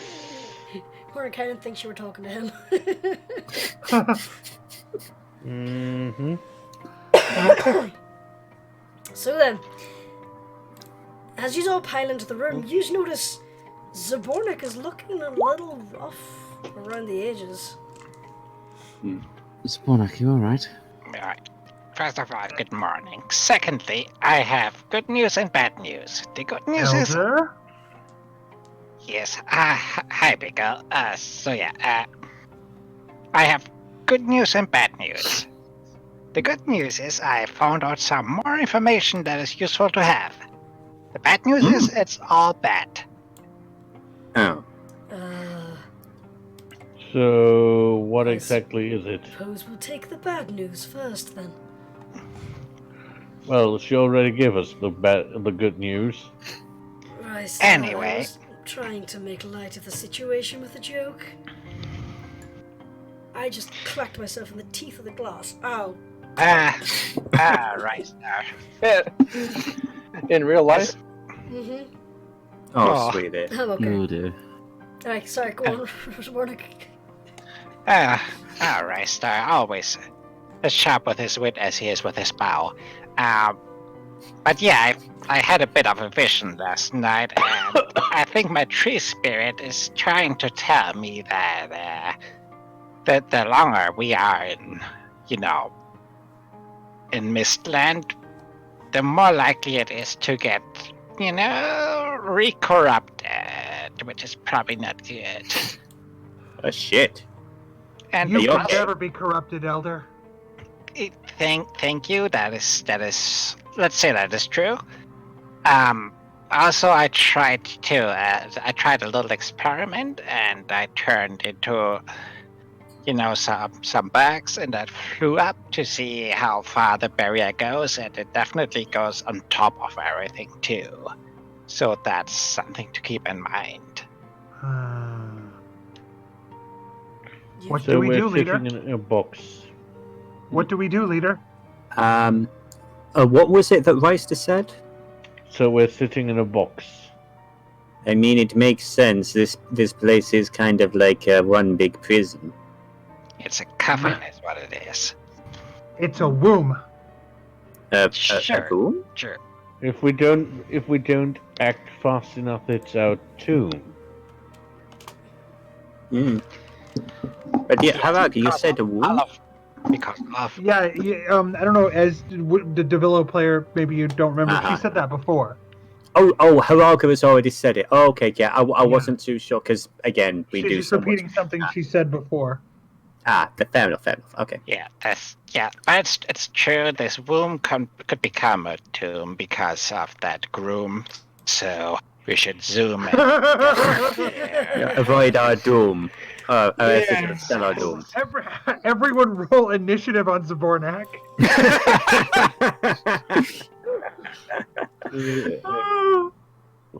Well, What about your ears? I That rolled was bad beautiful. buttons. that was beautiful. Okay, TLDR had a little, finally, had a conversation with my aunt last night. I was Yes. unwrapping me.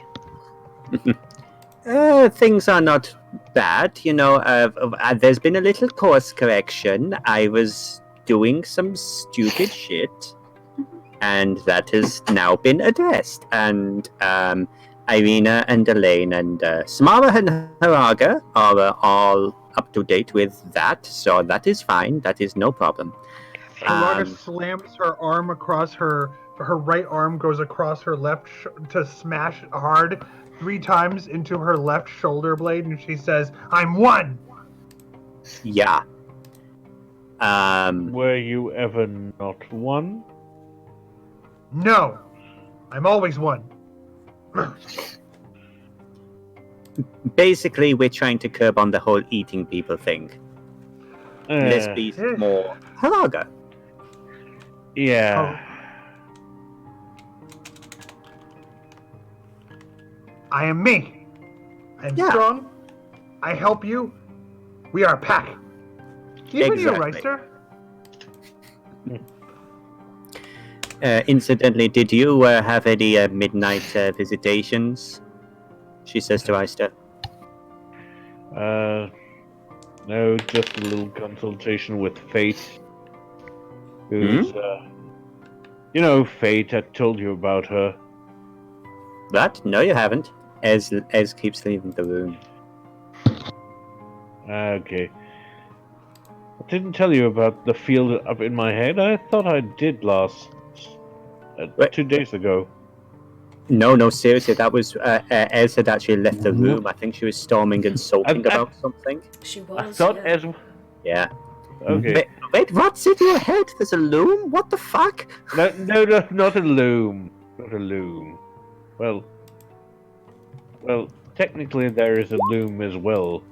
How do you know that? That was the player mishearing you and meta knowledge. But anyway, just a caw.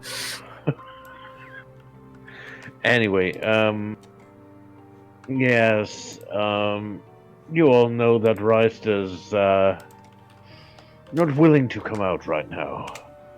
Yeah. He's hiding with a goddess called Fate. The first goddess, apparently, according to some legend. My aunt would have something to say about that, but okay. Even your aunt comes from somewhere. She's, according to that legend, I mean, there are many legends. Dwarves have that legend about the World Forge. And it seems some elves have that. He basically tells the story of Fate, the World Weaver, the creator of time, space, everything. Huh. And it seems she's got, even if that is not true, something has gotten and taken a timeshare up in here, and it's taken Reister up to heal. Okay. Good to know. Question mark. Okay. I don't understand it. I mean, But that's okay. Yeah. I mean, who are we to judge? Mysteries are good. They're a hunt. He's been kind of running away from things he thought he had screwed up. I mean, join the fucking club, let's be honest. Yeah. Bless you, my child. Anyway, he's currently trying to hide kind of his screw-ups. Our screw-ups, I should say.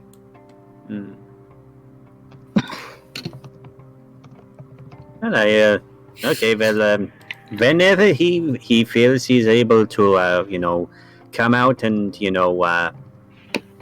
whenever he's unscrewed his screw up, then, or if there's anything we can do to help him with that, just let us know. Well, he had come out for a bit after all when he thanked you for giving him. Yeah. And that's when I basically told you about the field. But now I've elaborated a little more. Anyway, she's fairly nice. Maybe one day. I mean, at least it's not the fucking Raven Queen, but oh well. Oh, you. Yep. But yeah, I'm skeptical myself. After all, it's all up Yeah, and he taps the side of his head. So, I think I have a bit of a breakthrough over here. Yes. Then break it. You proposed the reincarnate spell. Now, it does normally have its time limitations due to the decay of the body and the departure of the soul. But we have the soul. We have someone who can manipulate souls. He points towards Edzelu. And I might have a way to... He glances over at the undead kobold. Return the body back to the moment of death for a brief moment in time. Yeah, that's impressive.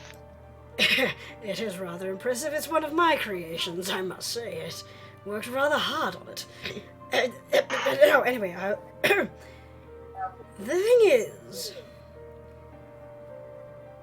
I will have to focus on that spell. It will exhaust me, and I will not be able to communicate or interact with any of you for the duration of it. If... Do you need food? No, I'm fine. I've just eaten. Let him speak, honey. Sorry. The little golem just like pats you on the thigh. Let him speak, honey. Yes. Normally, when a soul is bound to a gem like that, it's not moving. It's there forever. But you say you can remove souls. If you can do that. Yeah. If you can free the soul from the gem and hold it, I can return the body to a glances over fresher state. Well, I'm sorry, Shalil, but it's true. And your... He can undo the dead who move, she says to herself out loud. Our companion casts reincarnate. If we do this all at once, we'll have a small window, but Shalil, it's possible. And what is the risk to a Lady de Silva? Well, if it doesn't work, I will be too exhausted to bind her soul back to the gem, and it will be released into the ether. That's not a problem. I mean, as his soul sapping can hold her, surely. And she's doing repack seeds and Yastra. It may be possible. I should also point out there's another risk involved. Yes. It's a tough fate, but she may return as a mammal. Honey, if it breathes, I will be happily part of it right now. Okay, I just wanted you to know your new body may be a bit inferior in this regard. The little golem steps closer to you. I haven't been able to drink tea in 3 years. My goodness. I'm so glad these two characters met. I haven't Yeah. been able to sleep. I haven't been able to scratch that annoying itch at the small of my back. Haraga takes a step closer. Elaine just kind of looks at Shalil Gold at this point, just figuring, how do you even have an itch? I don't know. Do you No, need this is out help? of cat. This is out of. The thing Do you that need help? I help you. infuriates me. I've tried Where is everything. The itch is still there. I would quite happily prefer a living, breathing body. Elaine, it's like Yeah. with some of the soldiers I served with who lost their hand in combat. Their hands still were itching. Well, now that Phantom you mention pain. it was when I got hit by that axe. Ah, you had me at tea.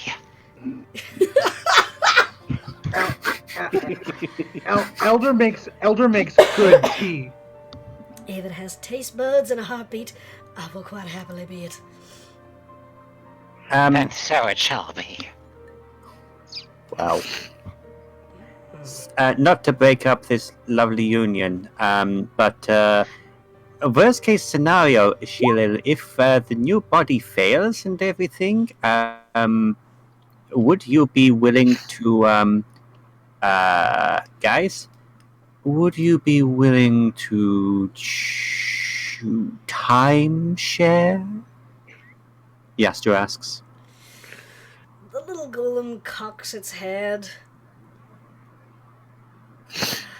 Honey, I'm gonna be honest. What you and you have is sweet and all, but if this doesn't work, I want you to leave me be. That way I can maybe see him again.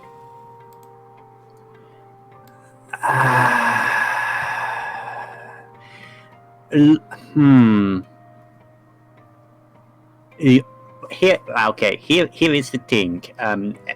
Ez takes control again. We kind of had a conversation with someone a little while ago about this. We have it on very good authority that souls do not leave Barovia. It's very cycled, so it would be a new body. You would be born again, guaranteed, in a new body, but you would be here. And would you never wouldn't be have able your to. memories. You would not be you. You see the gem just dim down as you say this. I give you my word. I give you my absolute word. If this works, then when we get out of here and everything, then Lady Sheila de Silva of Waterdeep is getting her fucking home back. Her husband's home. You know I very much like that. Mm-hmm. You know, we always promised that we were going to go back and kill the people who threw you out. Oh, I do remember that promise, yeah. Peachy does still owe me for that. It would be a pleasure. Alright then. What do we need? And with that, They... I think we'll end the session. That was good.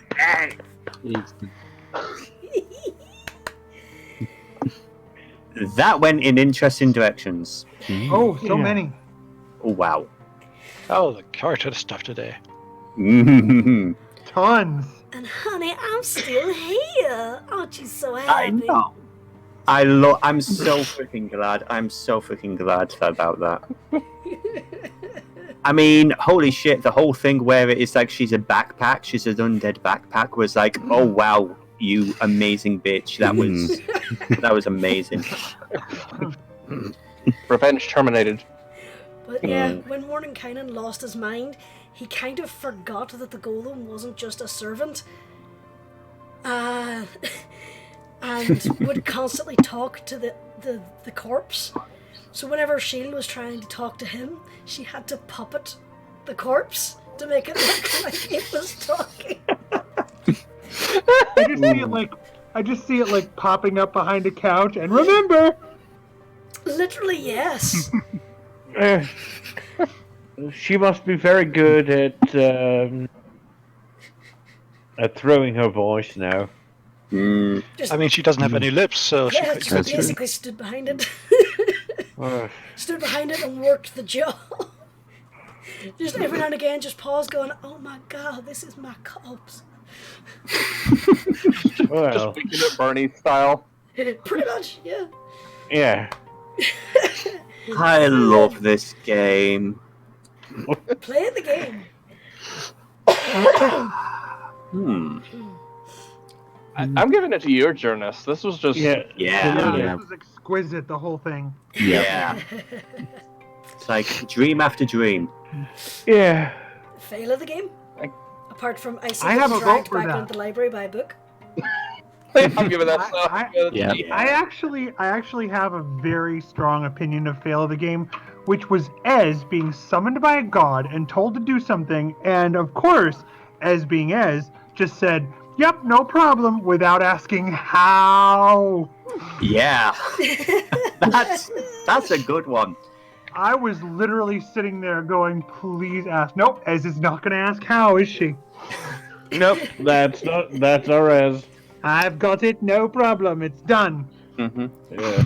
Ez was kind of freaking out because she's wanted this conversation for a long time and she's on a time limit, and it was a case of, yeah, oh shit, we gotta do it now? Okay, bye-bye, alright then.